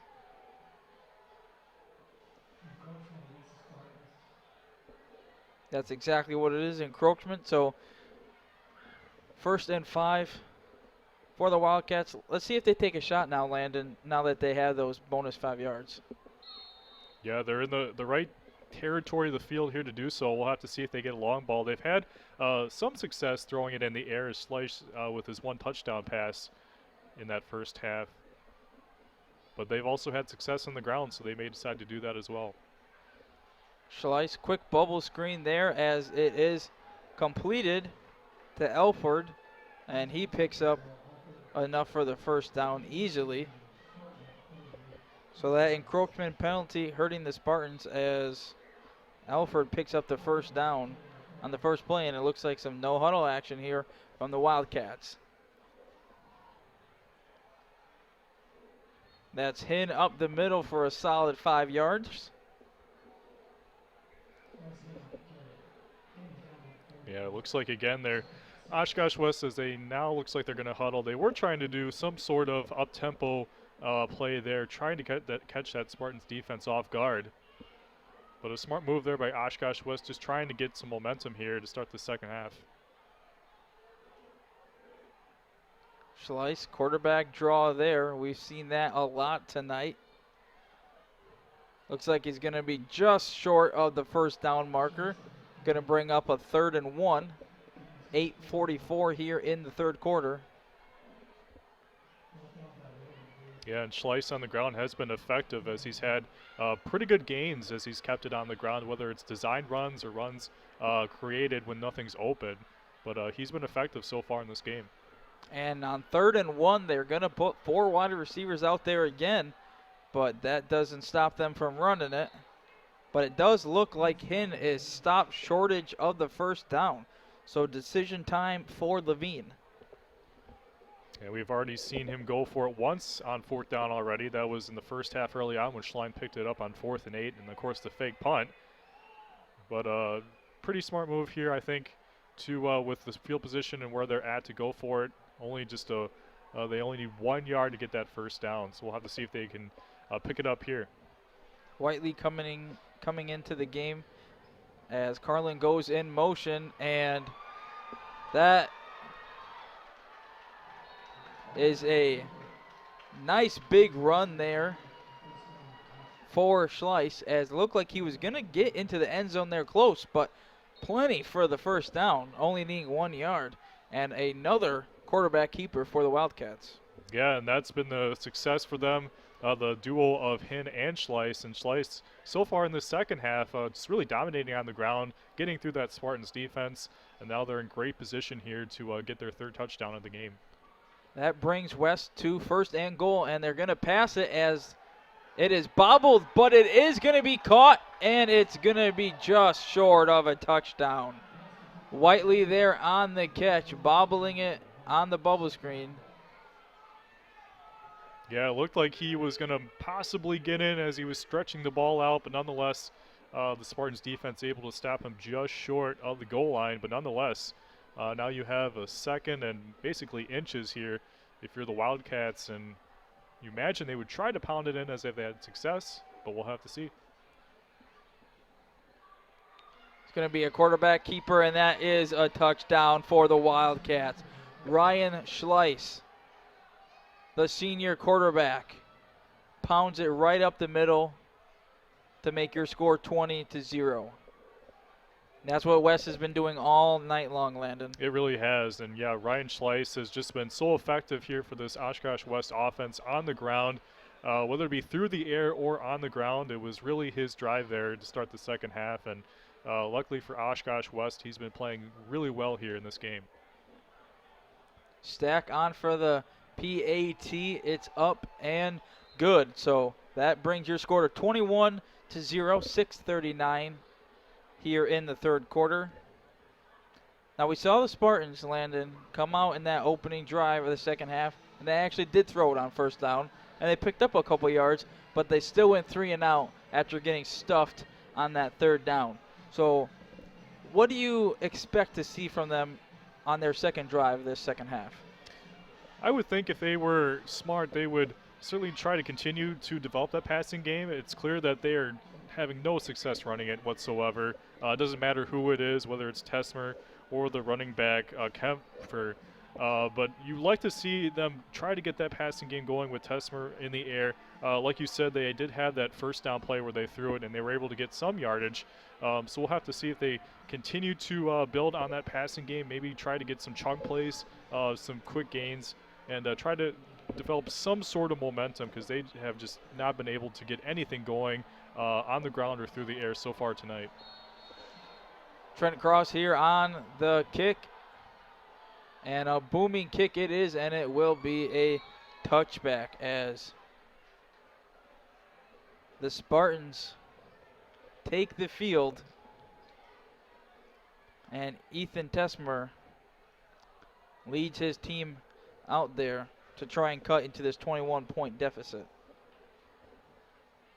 Yeah, and obviously 21-0, certainly a tough scenario to come back from, but nonetheless a lot of time left in this game. You have over 6 minutes left to go in the third quarter, plus the entire fourth quarter, so still plenty of time to get back into this game. It starts right here, right now, as the Spartans need to start picking up some first downs at the very minimum, as it looks like it is going to be a screen, and it looked like it was going to work because there was plenty of Wildcats in the backfield, but only able to pick up a few yards was Spanbauer.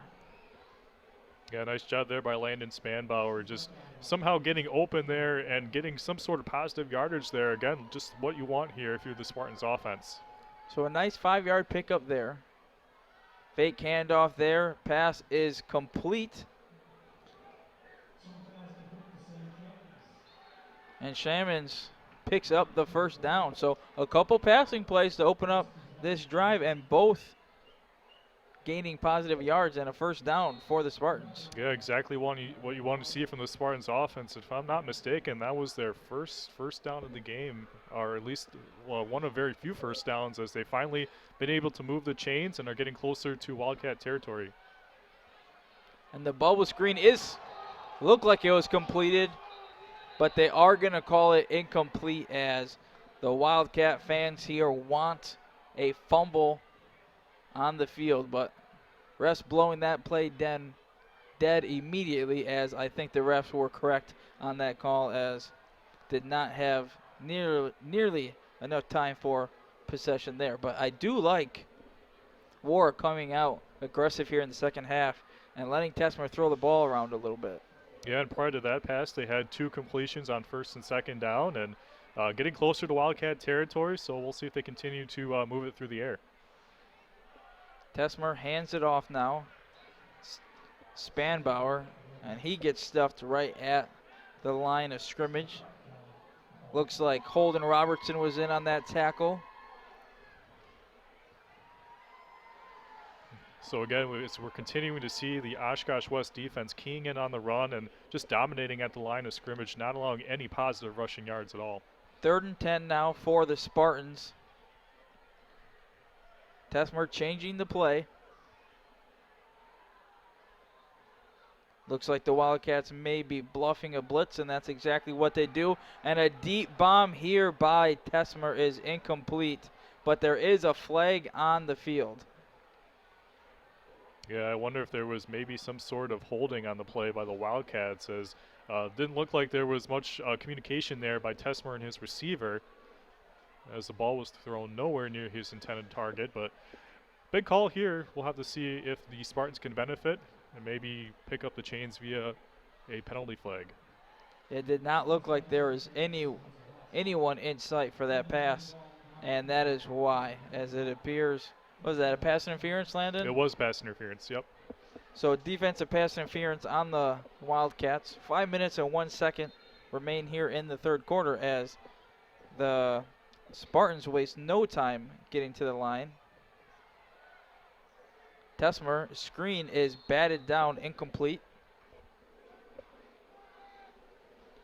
And this is uncharted territory for the Spartans offense, as this is the first possession that they've had it in Wildcat territory. So definitely a time here to capitalize if you're for the Spartans offense and try to get some points again on the board, as you're down 21-0.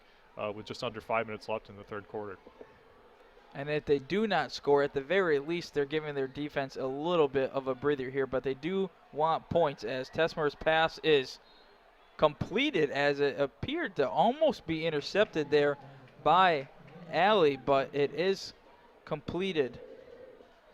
It was Brendan Krumery with a great completion there. First time his name has been called tonight. So Krumery with the catch. That's going to bring it to 3rd and 3. Tesmer hands it off up the middle, and there is absolutely nowhere to go for Spanbauer. Not even sure if he made it back to the line of scrimmage. Yeah, and again, the run defense for the Wildcats has been effective, as we've seen this entire night. The Spartans cannot get anything going on the ground with Spanbauer or Kempfer. So 4th and 3. It appears the Spartans are going to be going for it here, as I don't think there was really much of a decision here, as you need points on the board if you want to get back into this game. Harden goes in motion, slips. And we are going to have a timeout here by North. So a smart timeout here by War, as this is a big play. This is biggest play of the game so far for North. They want to get back into this game. They got to convert this 4th down. They absolutely do, and they've been able to convert a couple different third downs on this drive, one via penalty, but if they convert this 4th down, they certainly are looking good to possibly continue to move the ball and possibly score their first points of the game. But if they do get stopped here, West, of course, gets the ball right back up 21-0 already, and they can continue to add to their lead possibly. And a lot of success so far with Ryan Schau, the quarterback. They've had no answer for him so far. So it'll be interesting to see what Coach Wara dials up on 4th down. Again, they've not had much success at all on the ground. You definitely look for a pass play here, just some open receiver to pick up the necessary yardage to continue the drive. So you think Tesmer is going to come out throwing here on 4th down? I do. I would expect it. Again, no success whatsoever on the ground for the Spartans tonight. I like a pass here from Tesmer here on 4th down. Looks like Tesmer is not even in there, and it's a little Wildcat formation. And it's going to be Kempfer up the middle, and he did not pick it up. So a Wildcat run there for Kempfer, and he gets about 1.5 yards. He needed 3, and that's going to bring the Wildcats back into the field. Yeah, a little surprised that they ended up going with that play. Again, like we talked about, they've had no success whatsoever running it on the ground, and that Oshkosh West defense was not fooled by that Wildcat whatsoever, as they were ready for that play to develop, and nonetheless, they get the ball back looking to, again, add to their lead. Let's see what Schleiss here can do, as he's got 4 receivers out there, but as we know, that does not mean a pass is coming. But there is going to be a pass. A nice little bubble screen there. Picking up about 9 yards is Whiteley. So nice play there to Whiteley as he goes off the field. So 2nd and short. Yeah, this is a huge possession here for this Oshkosh Spartans, North Spartans defense, because you figure if Oshkosh West scores another touchdown, not to say the game is over, but it's going to be extremely tough to come back by. So a huge possession here for this defense. And it's going to be a quarterback keeper, as we've seen all night long. And it is Schleiss picking up the 1st down as he lowers his shoulder on that play. He looked like a linebacker out there. A linebacker or even a running back there, just lowering his head, knowing exactly what to do when contact came. So, but he's just been dominating this defense all night long. They've just had no answer for him whatsoever. Whiteley back on the field now, as he is on the near side of your television screen. Another quarterback keeper here for Schleiss, and he picks up a few as he is met by a lot of Spartans there, as it looked like Logan Boise was in there to put the hit on Schleiss.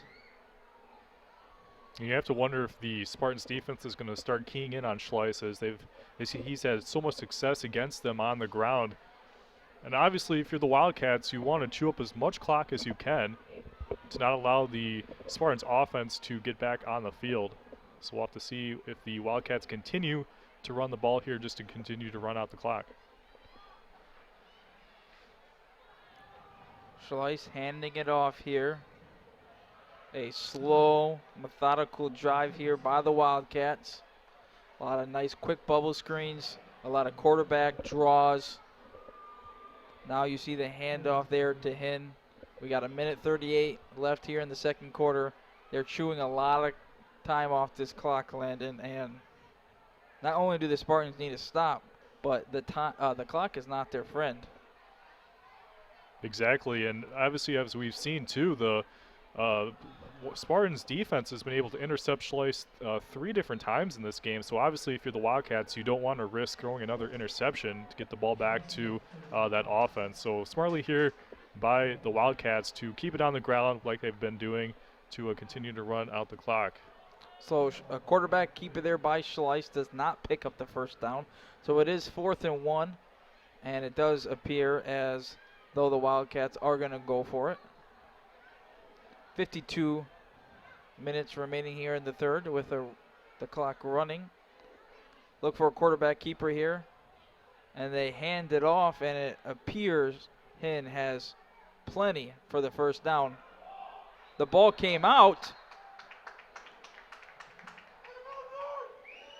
It'll be interesting to see if they rule here. Let's wait for the official ruling here. I have not seen one yet. It almost looked like they were maybe going to stop it based on forward progress there.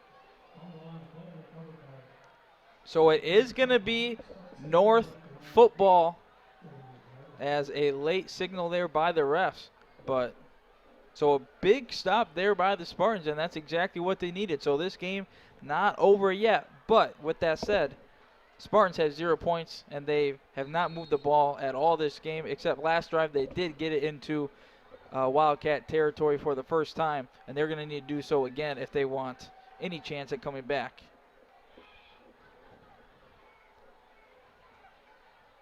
Low snap to Tesmer, and a great block there, and multiple flags come out. This one appears as though it's going to come back. Yeah, anytime you say great block, you always have to be a little weary because that could mean holding by the offensive line. It looks like that's what we have here, as this one is possibly going to be going back 10 yards for the Spartans offense.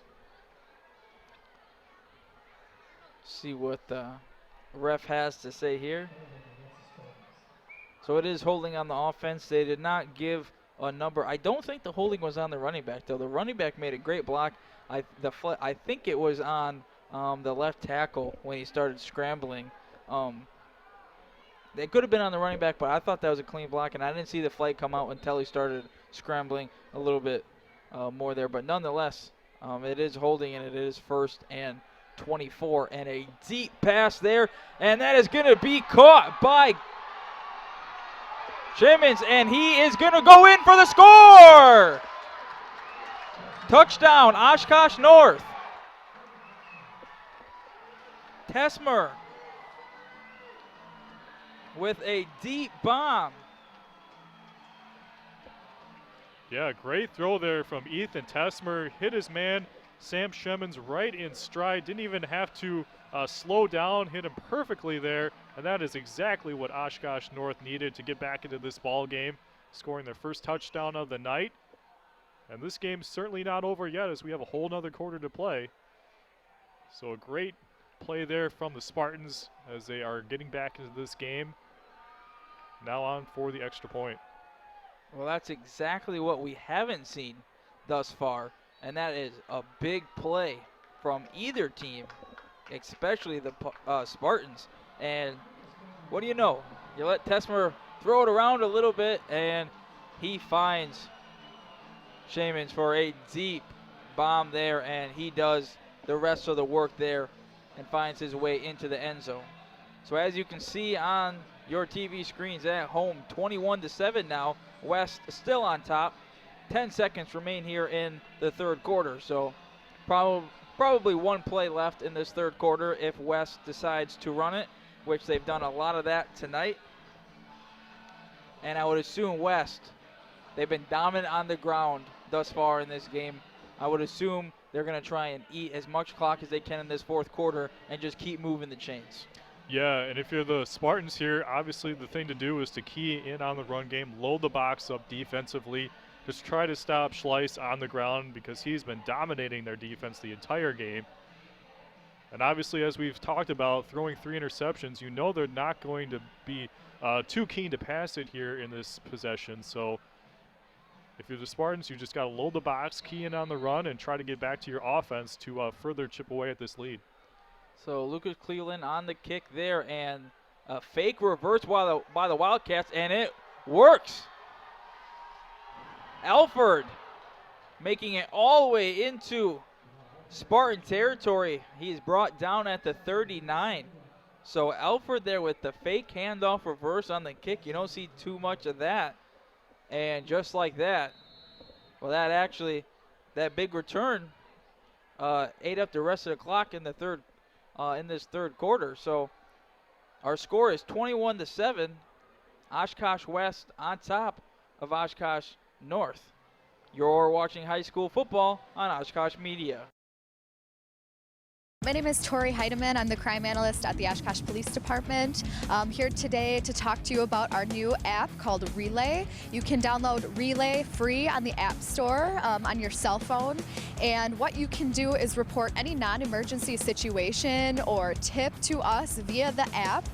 You can either just report it as something that you would type, or you can take a picture as well and send that over. It'll go right to our officers' MDC screens, and you'll be in touch with an officer from the Oshkosh Police Department directly, and they will let you know if they follow up on the tip, if they start a call in our computer systems, and where that has went from your tip.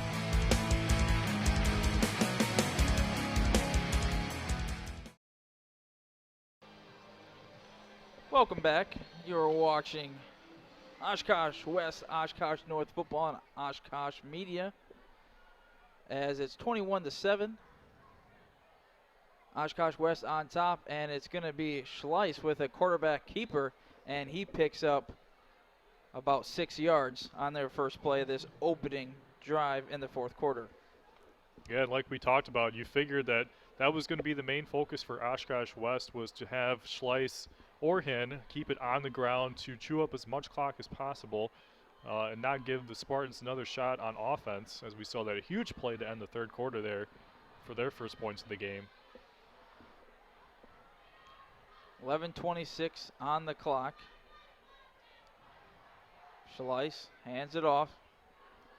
And that's Hin getting the carry, as he does not pick up the first, but he does get it to 3rd and 1. And this is going to be 4-down territory, I would assume, for the Wildcats. So they got 2 plays to pick up 1 yard, and you would imagine they're going to be able to do so with how well they ran the ball thus far. But let's see if the Spartans can sell out on the run here. See if we get a quarterback keeper here from Schleiss.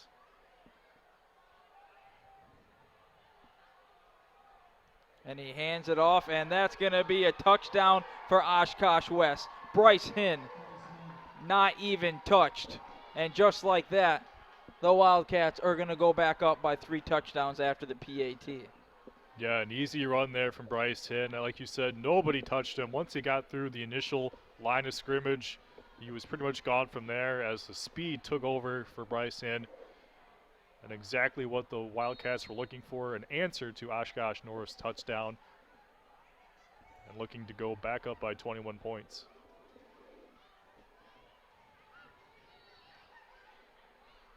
And Michael Stack's PAT is good. So just like that, Wildcats back up by 3 touchdowns after that huge play by the Spartans. That Tesmer touchdown to Shamans is all for naught, as the Wildcats get that nice return on that kickoff, and a couple plays later, they get a touchdown on a nice run by Bryce Hin. And not to take any credit away from Bryce Hin, but that touchdown was because of his offensive line, as he was not touched for that full, whatever it was, 20, 25 yards. Yeah, that offensive line did exactly what they needed to do. certainly giving Bryce Hinn a huge hole to run through, and that's exactly what he did, and able to get through the first part of that defensive line of the Spartans, and he took it the rest of the way for the touchdown. And certainly a backbreaker here for the Spartans as they were looking to get that fourth down stop, unable to do so, and now find themselves back down by 3 touchdowns. But still a lot of time left. We saw them get that big play there to end the third quarter, so we'll have to see if maybe they can get something similar to that to try and get back into this game. Stacks kick is up as it is returned to about the 28-yard line. Keyshawn Torrance on the return there for the Spartans. So Landon Spartans, they're going to need to go 72 yards to cut this lead down to 14. It's not looking good for them, but you still want to see some progress, and you want to see them move the chains a little bit here. Absolutely, and obviously having that huge passing play for the touchdown was what they were looking for, and who knows, maybe they can kind of relay off of that and put together a nice big drive here. Let's see what they're going to call that. Incomplete, but a nice effort there.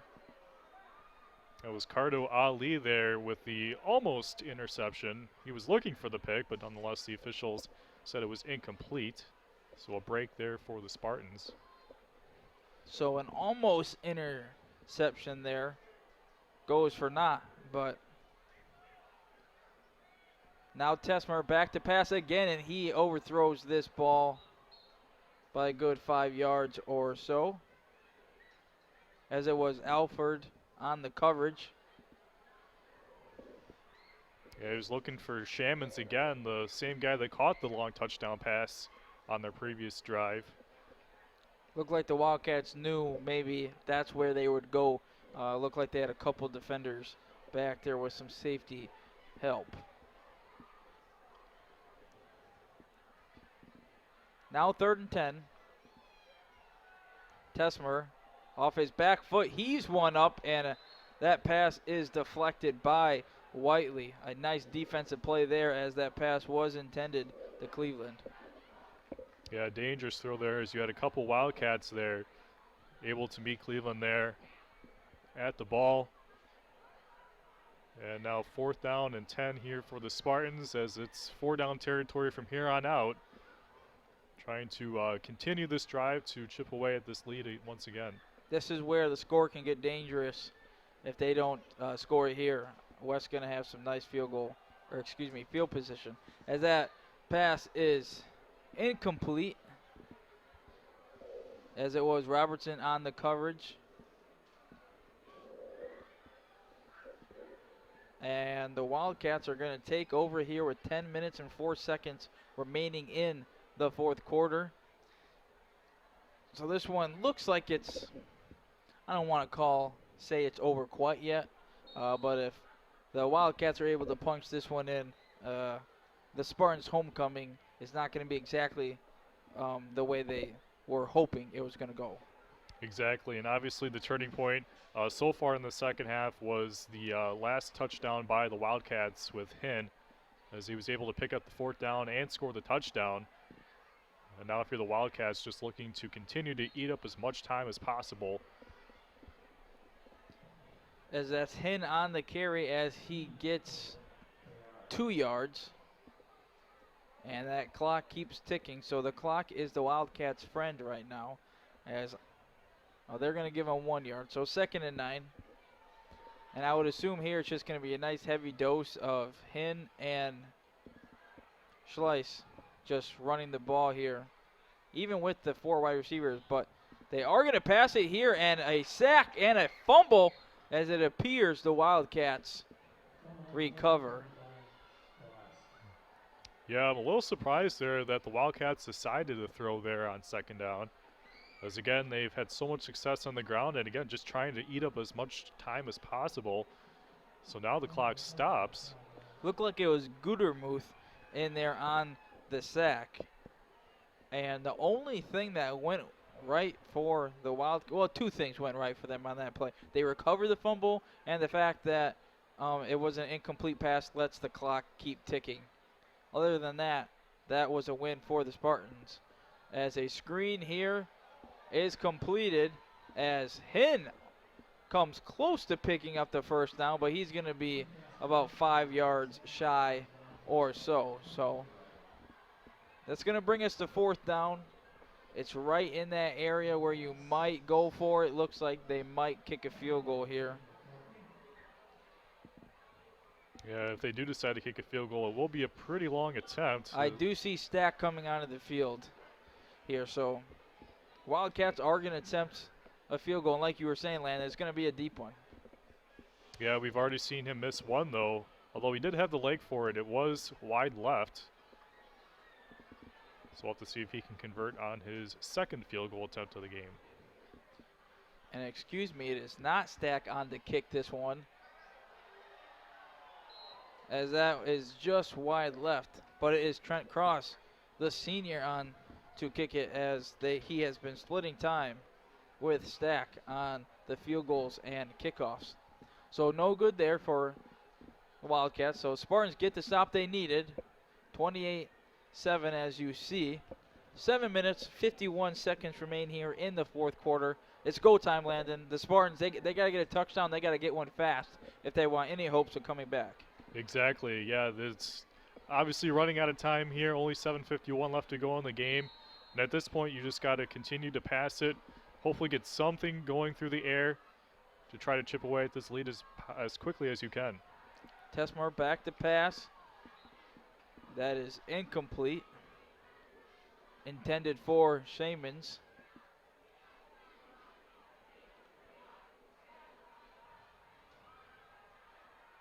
Tessmore's looked pretty good in the second half here. He's been under some pressure here on his throws, but the stats aren't going to look great. But he's made a couple nice throws when he has had the ball in his hands here in the second half. As he's back to throw once again, and that is going to be completed, the Shamans, and it's Joey Truss, the junior, on the tackle. Yeah, I'm a little surprised that they've decided to go toward the sidelines with their passing plays, at least try to get something down the middle to pick up substantial yards, as again, you have the clock and the score working against you.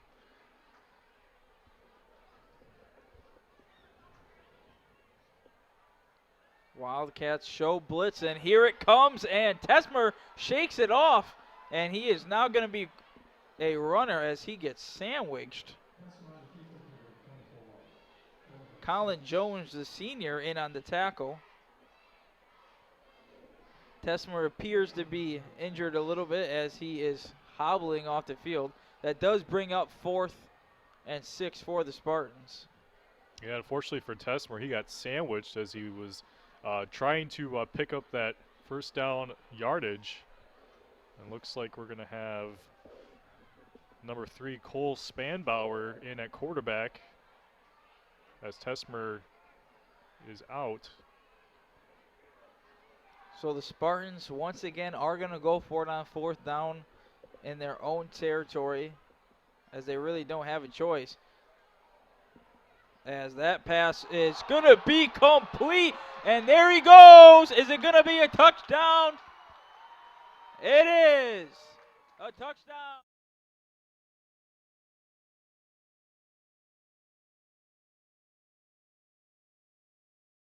Was that Shamans on? Play there from Brendan Krumrie, as he was able to catch that tip pass. It was almost intercepted there. Nonetheless, a great heads-up play there by Krumrie, just in the right spot at the right time. You said it, Krumrie there. It looked like it was going to be either deflected at the very least or intercepted, and then Krumrie catches it. Great awareness and goes all the way for the touchdown. And just when you think the Spartans are dead, they just have a big play, and they're right back in it now, cutting it to 14. Yeah, their second big play of this game. Both of their touchdowns have been well over 50 yards. And that's exactly what they needed, scoring quickly, as we have 6:04 left to go in the game. So now we'll have to see if their defense can come up with a stop here and try to get that offense back on the field to chip away at that lead even more. Just a few ticks over 6 minutes remaining in the fourth quarter. We've said it a few times now, but you got to believe that Ken Levine is going to just try and pound that rock, move the chains, and kill this clock. But last time we said that, he ran it once and then they threw it, went back to pass and was sacked. Almost a turnover. And then the Spartans. I don't even know what to say on that last play. That was incredible. That was an incredible play. Great focus there by Krumrie. Now, a lot of people may not have the awareness to play that off the tip and expect it, but he expected. He could kind of tell that was going to get tipped, and he took it, and he didn't just catch it. He had a dead sprint there for the end zone. Yeah, and luckily for the Spartans, that was Spanbauer throwing it just high enough to get it over that defender's reach.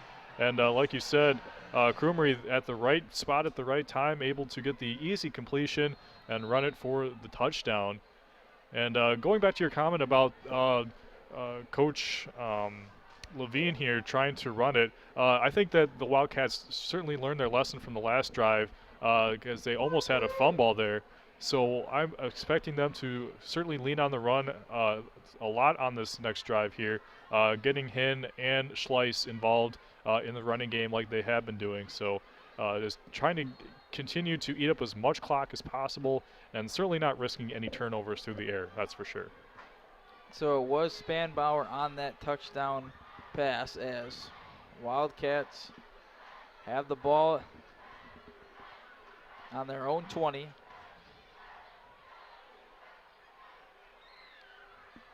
Schleiss has it. Quarterback keeper as he takes a big hit by Josh Merton. Huge hit there by Josh Merton. As we've now hit 5:47 left to go in the game. Spartans do have 2 timeouts. If you recall, they did take one early on in the second half, so they have 2 remaining. And you'll have to wonder if they maybe are contemplating whether or not to call them at this early point in the game. But certainly you think they will be calling them at some point in order to try to stop the clock. Noah Elford in the game now for the Wildcats. Schleiss back to pass. Ball is deflected. And a dangerous pass there by Schleiss. Yeah, again, surprised that they're passing it here. You figure that if you just run the ball, you continue to milk the clock. But nonetheless, very dangerous passes. It was almost intercepted again by that Spartans defense. They've already had 3 interceptions so far. But a huge third down coming up here. And that stops the clock as well. So a huge win on that play for the Spartans. So 3rd and 7 here as Schleiss and the rest of his teammates check their playbook on their wrist. And a jailbreak by the defense and a perfect call there on the screen, but it does not go anywhere as Hinn is tackled short of the line to gain. So that's going to bring up 4th down, Landon. Yeah, and the Spartans defense getting a victory there like they were hoping to, getting that 3rd down stop and now getting the ball back to their offense. And as we have 4:50 and counting left to go in the game, certainly they've got a little gleam of hope yet, as they've already had 2 big pass plays for touchdowns. And certainly still not dead yet. So this game has definitely been a lot more interesting than expected over this last 4 minutes. And another fake punt by the Wildcats, and they pick up the 1st down. What a gutsy play by Ken Levine. 2 fake punts today, both of them executed perfectly. Exactly, and again, another gutsy call there by Coach Levine, but it pays off as the Wildcats are able to pick up that 1st down and a huge backbreaker there for the Spartans as they were looking to get the ball back to their offense. But nonetheless, as we have approaching the 4-minute mark of this game, you figure the Wildcats will just continue to run the ball and milk as much clock as possible in order to seal the victory. When you think of running the clock out, you normally don't think of putting 4 wide receivers out there, but They do run that spread offense, and they do hand it off as it's Bryce Hinn there on the carry, picking up a couple. And again, the Spartans with 2 timeouts left. So certainly at this point in the game, you figured they are going to start to call those timeouts to stop that clock. 3 minutes and 30 seconds remain here in the game as the clock is winding down. 2nd and 6. As you can expect, another run here.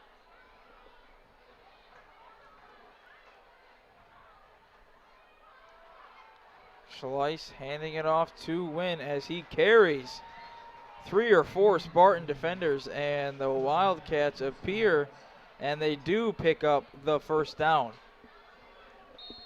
And 3 minutes and 3 seconds remain here as the clock is winding down, as it appears the Spartans are not going to use their timeouts. Yeah, at this point in the game, it seems like they are just content with surrendering here to the Wildcats. As again, you can expect a lot of Hinn and Schleiss to run the ball on the ground and certainly run out the clock here. That's exactly what the Wildcats do, as Wynn gets the carry and picks up a couple. Be interesting to see if the Spartans use a timeout here now. There is an injury on the field.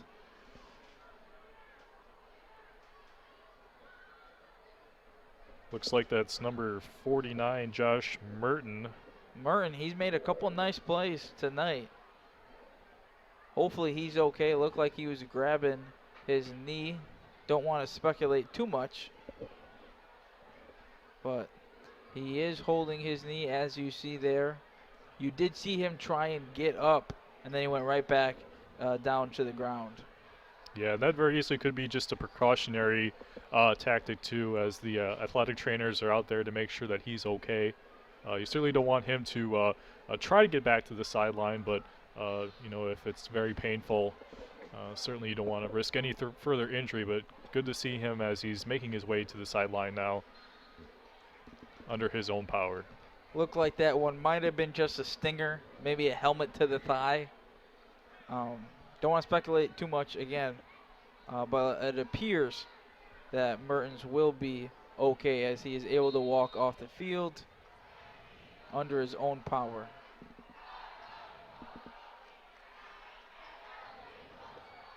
And a fake handoff here, and Schleiss goes deep, and it's caught, and it's going to be a Wildcat touchdown. That is complete to Nate Carlin, the senior. So just when you think they're going to run that clock out, they go to play action, and they throw a bomb to Carlin for another 6. And as legendary Green Bay Packers radio announcer Wayne Larrabee would say, that is your dagger. Ultimately, now up again by 3 scores. Certainly putting the game away now. Oshkosh West, beautiful throw there by Schleiss. He's had 2 really good throws on his touchdown passes tonight. And again, that touchdown really seals it now here for Oshkosh West.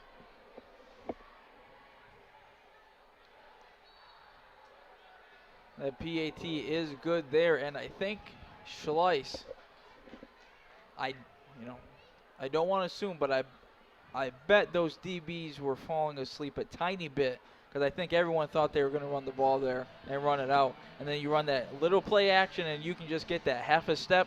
Schleiss puts that ball on the money, and Nate Carlin cruises in for the Wildcats' 5th touchdown of the game. Yeah, executed perfectly, and that's a good point. You figure if you're the Spartans defense, certainly you're keying in on the run. As, again, Oshkosh West, you figure just trying to continue to milk that clock, but nonetheless, just a little catching the Spartans defense off guard there, as Schleiss was able to find Carlin there for the 5th touchdown of the game for the Wildcats. And we'll have to see here what the Spartans do on offense with only 2:10 left and down by 21 points. They may just decide to run out the clock or maybe try to put something together. But nonetheless, a great performance tonight by the Oshkosh West Wildcats, really completely dominating this game on both sides of the ball.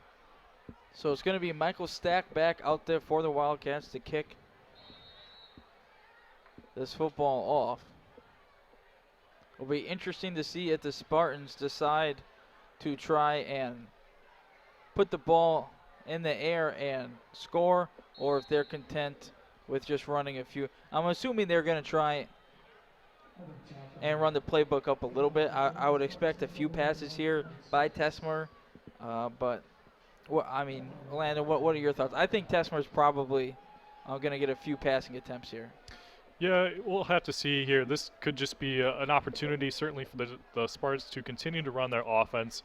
Obviously, at this point with the game out of reach, you don't expect them to try and get back into this game, but nonetheless, just an opportunity for their guys to continue to execute their offense against a quality defense like the Wildcats. And actually, it looks like it is Spanbauer out there now, as again we saw Tesmer go out of the game a little bit ago, so it appears he is still sidelined by that injury. So it is going to be Spanbauer, and that pass is intercepted. So Spanbauer 2 passes on the day, 1 for a touchdown, 1 for an interception, and this one's going to get ran all the way back for a touchdown. That's Bennett Whiteley. Bennett Whiteley returns that one all the way to the house. So what a stat line there for Spanbauer. He throws a terrific touchdown pass in his first time, and his second one overthrows his receiver just a bit, and Whiteley returns it all the way for the score. Yeah, it looked more like a desperation throw there as he was trying to find his receiver there just to complete some sort of pass, but nonetheless a host of Wildcats there, including Whiteley, who picked it off. So just capping off what's been a great defensive performance by the Wildcats tonight, minus those 2 long touchdown passes that they gave up. PAT is good.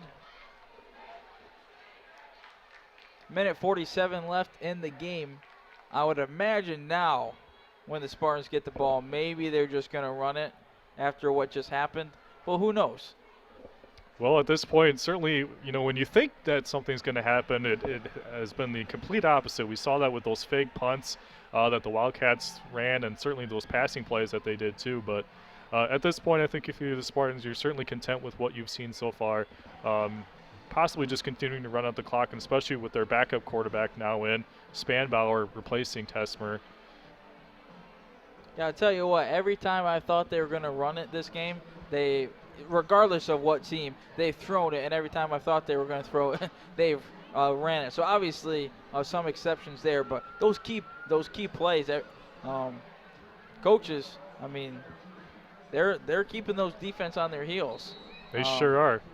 Yeah, exactly. Like you expect one play to happen, and it's the exact opposite. So you certainly have to be on your toes here. But again, with only just a handful of seconds left, you imagine that the Spartans will pound it through the ground, run out the clock, and end the game. Crumry on the return there gets it to about the 22 off of the squib kick by the Wildcats. Let's see what North decides to do here. Now, I would expect them to run it a few times, and then if they pick up a few yards on the first play or two, then maybe try and allow Spanbauer to throw it again. But I wouldn't bet the house on it because these coaches, they've been doing the exact opposite of what we thought, and they are going to go out there with 3 wide receivers and a couple running backs. And they do, well, they try and hand it off, and there's a little confusion in the backfield, and Spanbauer, nowhere for him to go, as he is tackled by Colin Zemet and a couple other Wildcats as well. So 1:20 left in the game, and the clock is running. So it appears the Spartans are going to just run it a couple more times. Yeah, it's certainly not the way that you wanted it to go if you're an Oshkosh North Spartans fan. But nonetheless, it was good to see them get those 2 long touchdown passes to get their fans into the game. But nonetheless, it's really been tough for them to get anything going against this Wildcat defense. Kempfer on the carry there as he is walled off immediately by those Wildcats on that front 7. 43 seconds remaining in the game. Clock is running. 3rd and 13 as just one more play awaits, you would assume.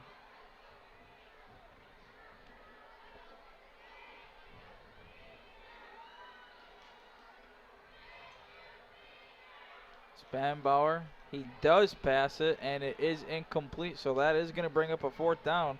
So that will force the Spartans to punt. Unless they decide to go for it, which it appears they just might. And probably the right call, because if they do turn it over, you would assume the Wildcats are just going to take a knee. Yeah, might as well just get one more play in there to see if you can make something happen. And obviously with just a few seconds left. We've seen some magic so far from Spanbauer with that deflected touchdown pass. And a heavy pass rush by the Wildcats, and Spanbauer is absolutely mauled. As it appears, it was Martell back there first to wrap him up around the ankles. Yeah, and a perfect way for this game to end if you're the Oshkosh West Wildcats is they've just put a complete defensive performance together, again, minus those 2 long touchdown passes by the Spartans, but they've been keying in on the run the entire night. They certainly did a great job not allowing that running game to get going for the Spartans, and getting into the backfield for the sack there, as they will take over and more than likely just take a knee to end the game. Great performance by the Wildcats, like you said. Ryan Schleiss, couple touchdown passes, I believe. He had that rushing touchdown. Did he have 4 interceptions? He had 3 in the first half. He had 3, almost a 4th, I believe. Yeah, so a few turnovers. You want to clean that up a little bit if you're Ryan Schleiss. But nonetheless, a nice performance by the Wildcats. And that does bring Oshkosh West record to 3-6 overall, 3-5 in conference. And that does drop Oshkosh North's record from 0-8 to 0-9 and 0-8 in conference play. So 0-8 in conference, 0-9 overall, and West 3-6 and 3-5 in conference. So not where you want to be if you're the Spartans, but they did put up a few exciting plays there in the second half and made this game a little more exciting than it appeared it was heading. So Landon, any final thoughts here on this homecoming game for Oshkosh North against their rival, the Oshkosh West Wildcats? Yeah, certainly Oshkosh West with a dominating performance on both ends of the ball. It was really the dynamic duo of Ryan Schleiss and Hinn, the running back there. They were very effective from start to end, just able to have so much success against the Spartans defense on the ground. A couple great throws there from Ryan Schleiss, even keeping it on occasion, certainly finding receivers when he needed to. And if you're the Spartans, obviously this wasn't the way you wanted it to go. Big completions, and were able to get some defensive stops, but nonetheless, just a complete performance by the Wildcats, a dominating performance, and certainly looked like the better football team tonight. Well, for our crew, I'm Stuart Atkinson, alongside me, Landon Moore. Thanks for watching from Titan Stadium, where the final score is Oshkosh West 42, Oshkosh North 14. Be sure to check out OshkoshMedia.org for more local content, and like Oshkosh Media on Facebook. Thanks everybody for watching. This has been a presentation of Oshkosh Media.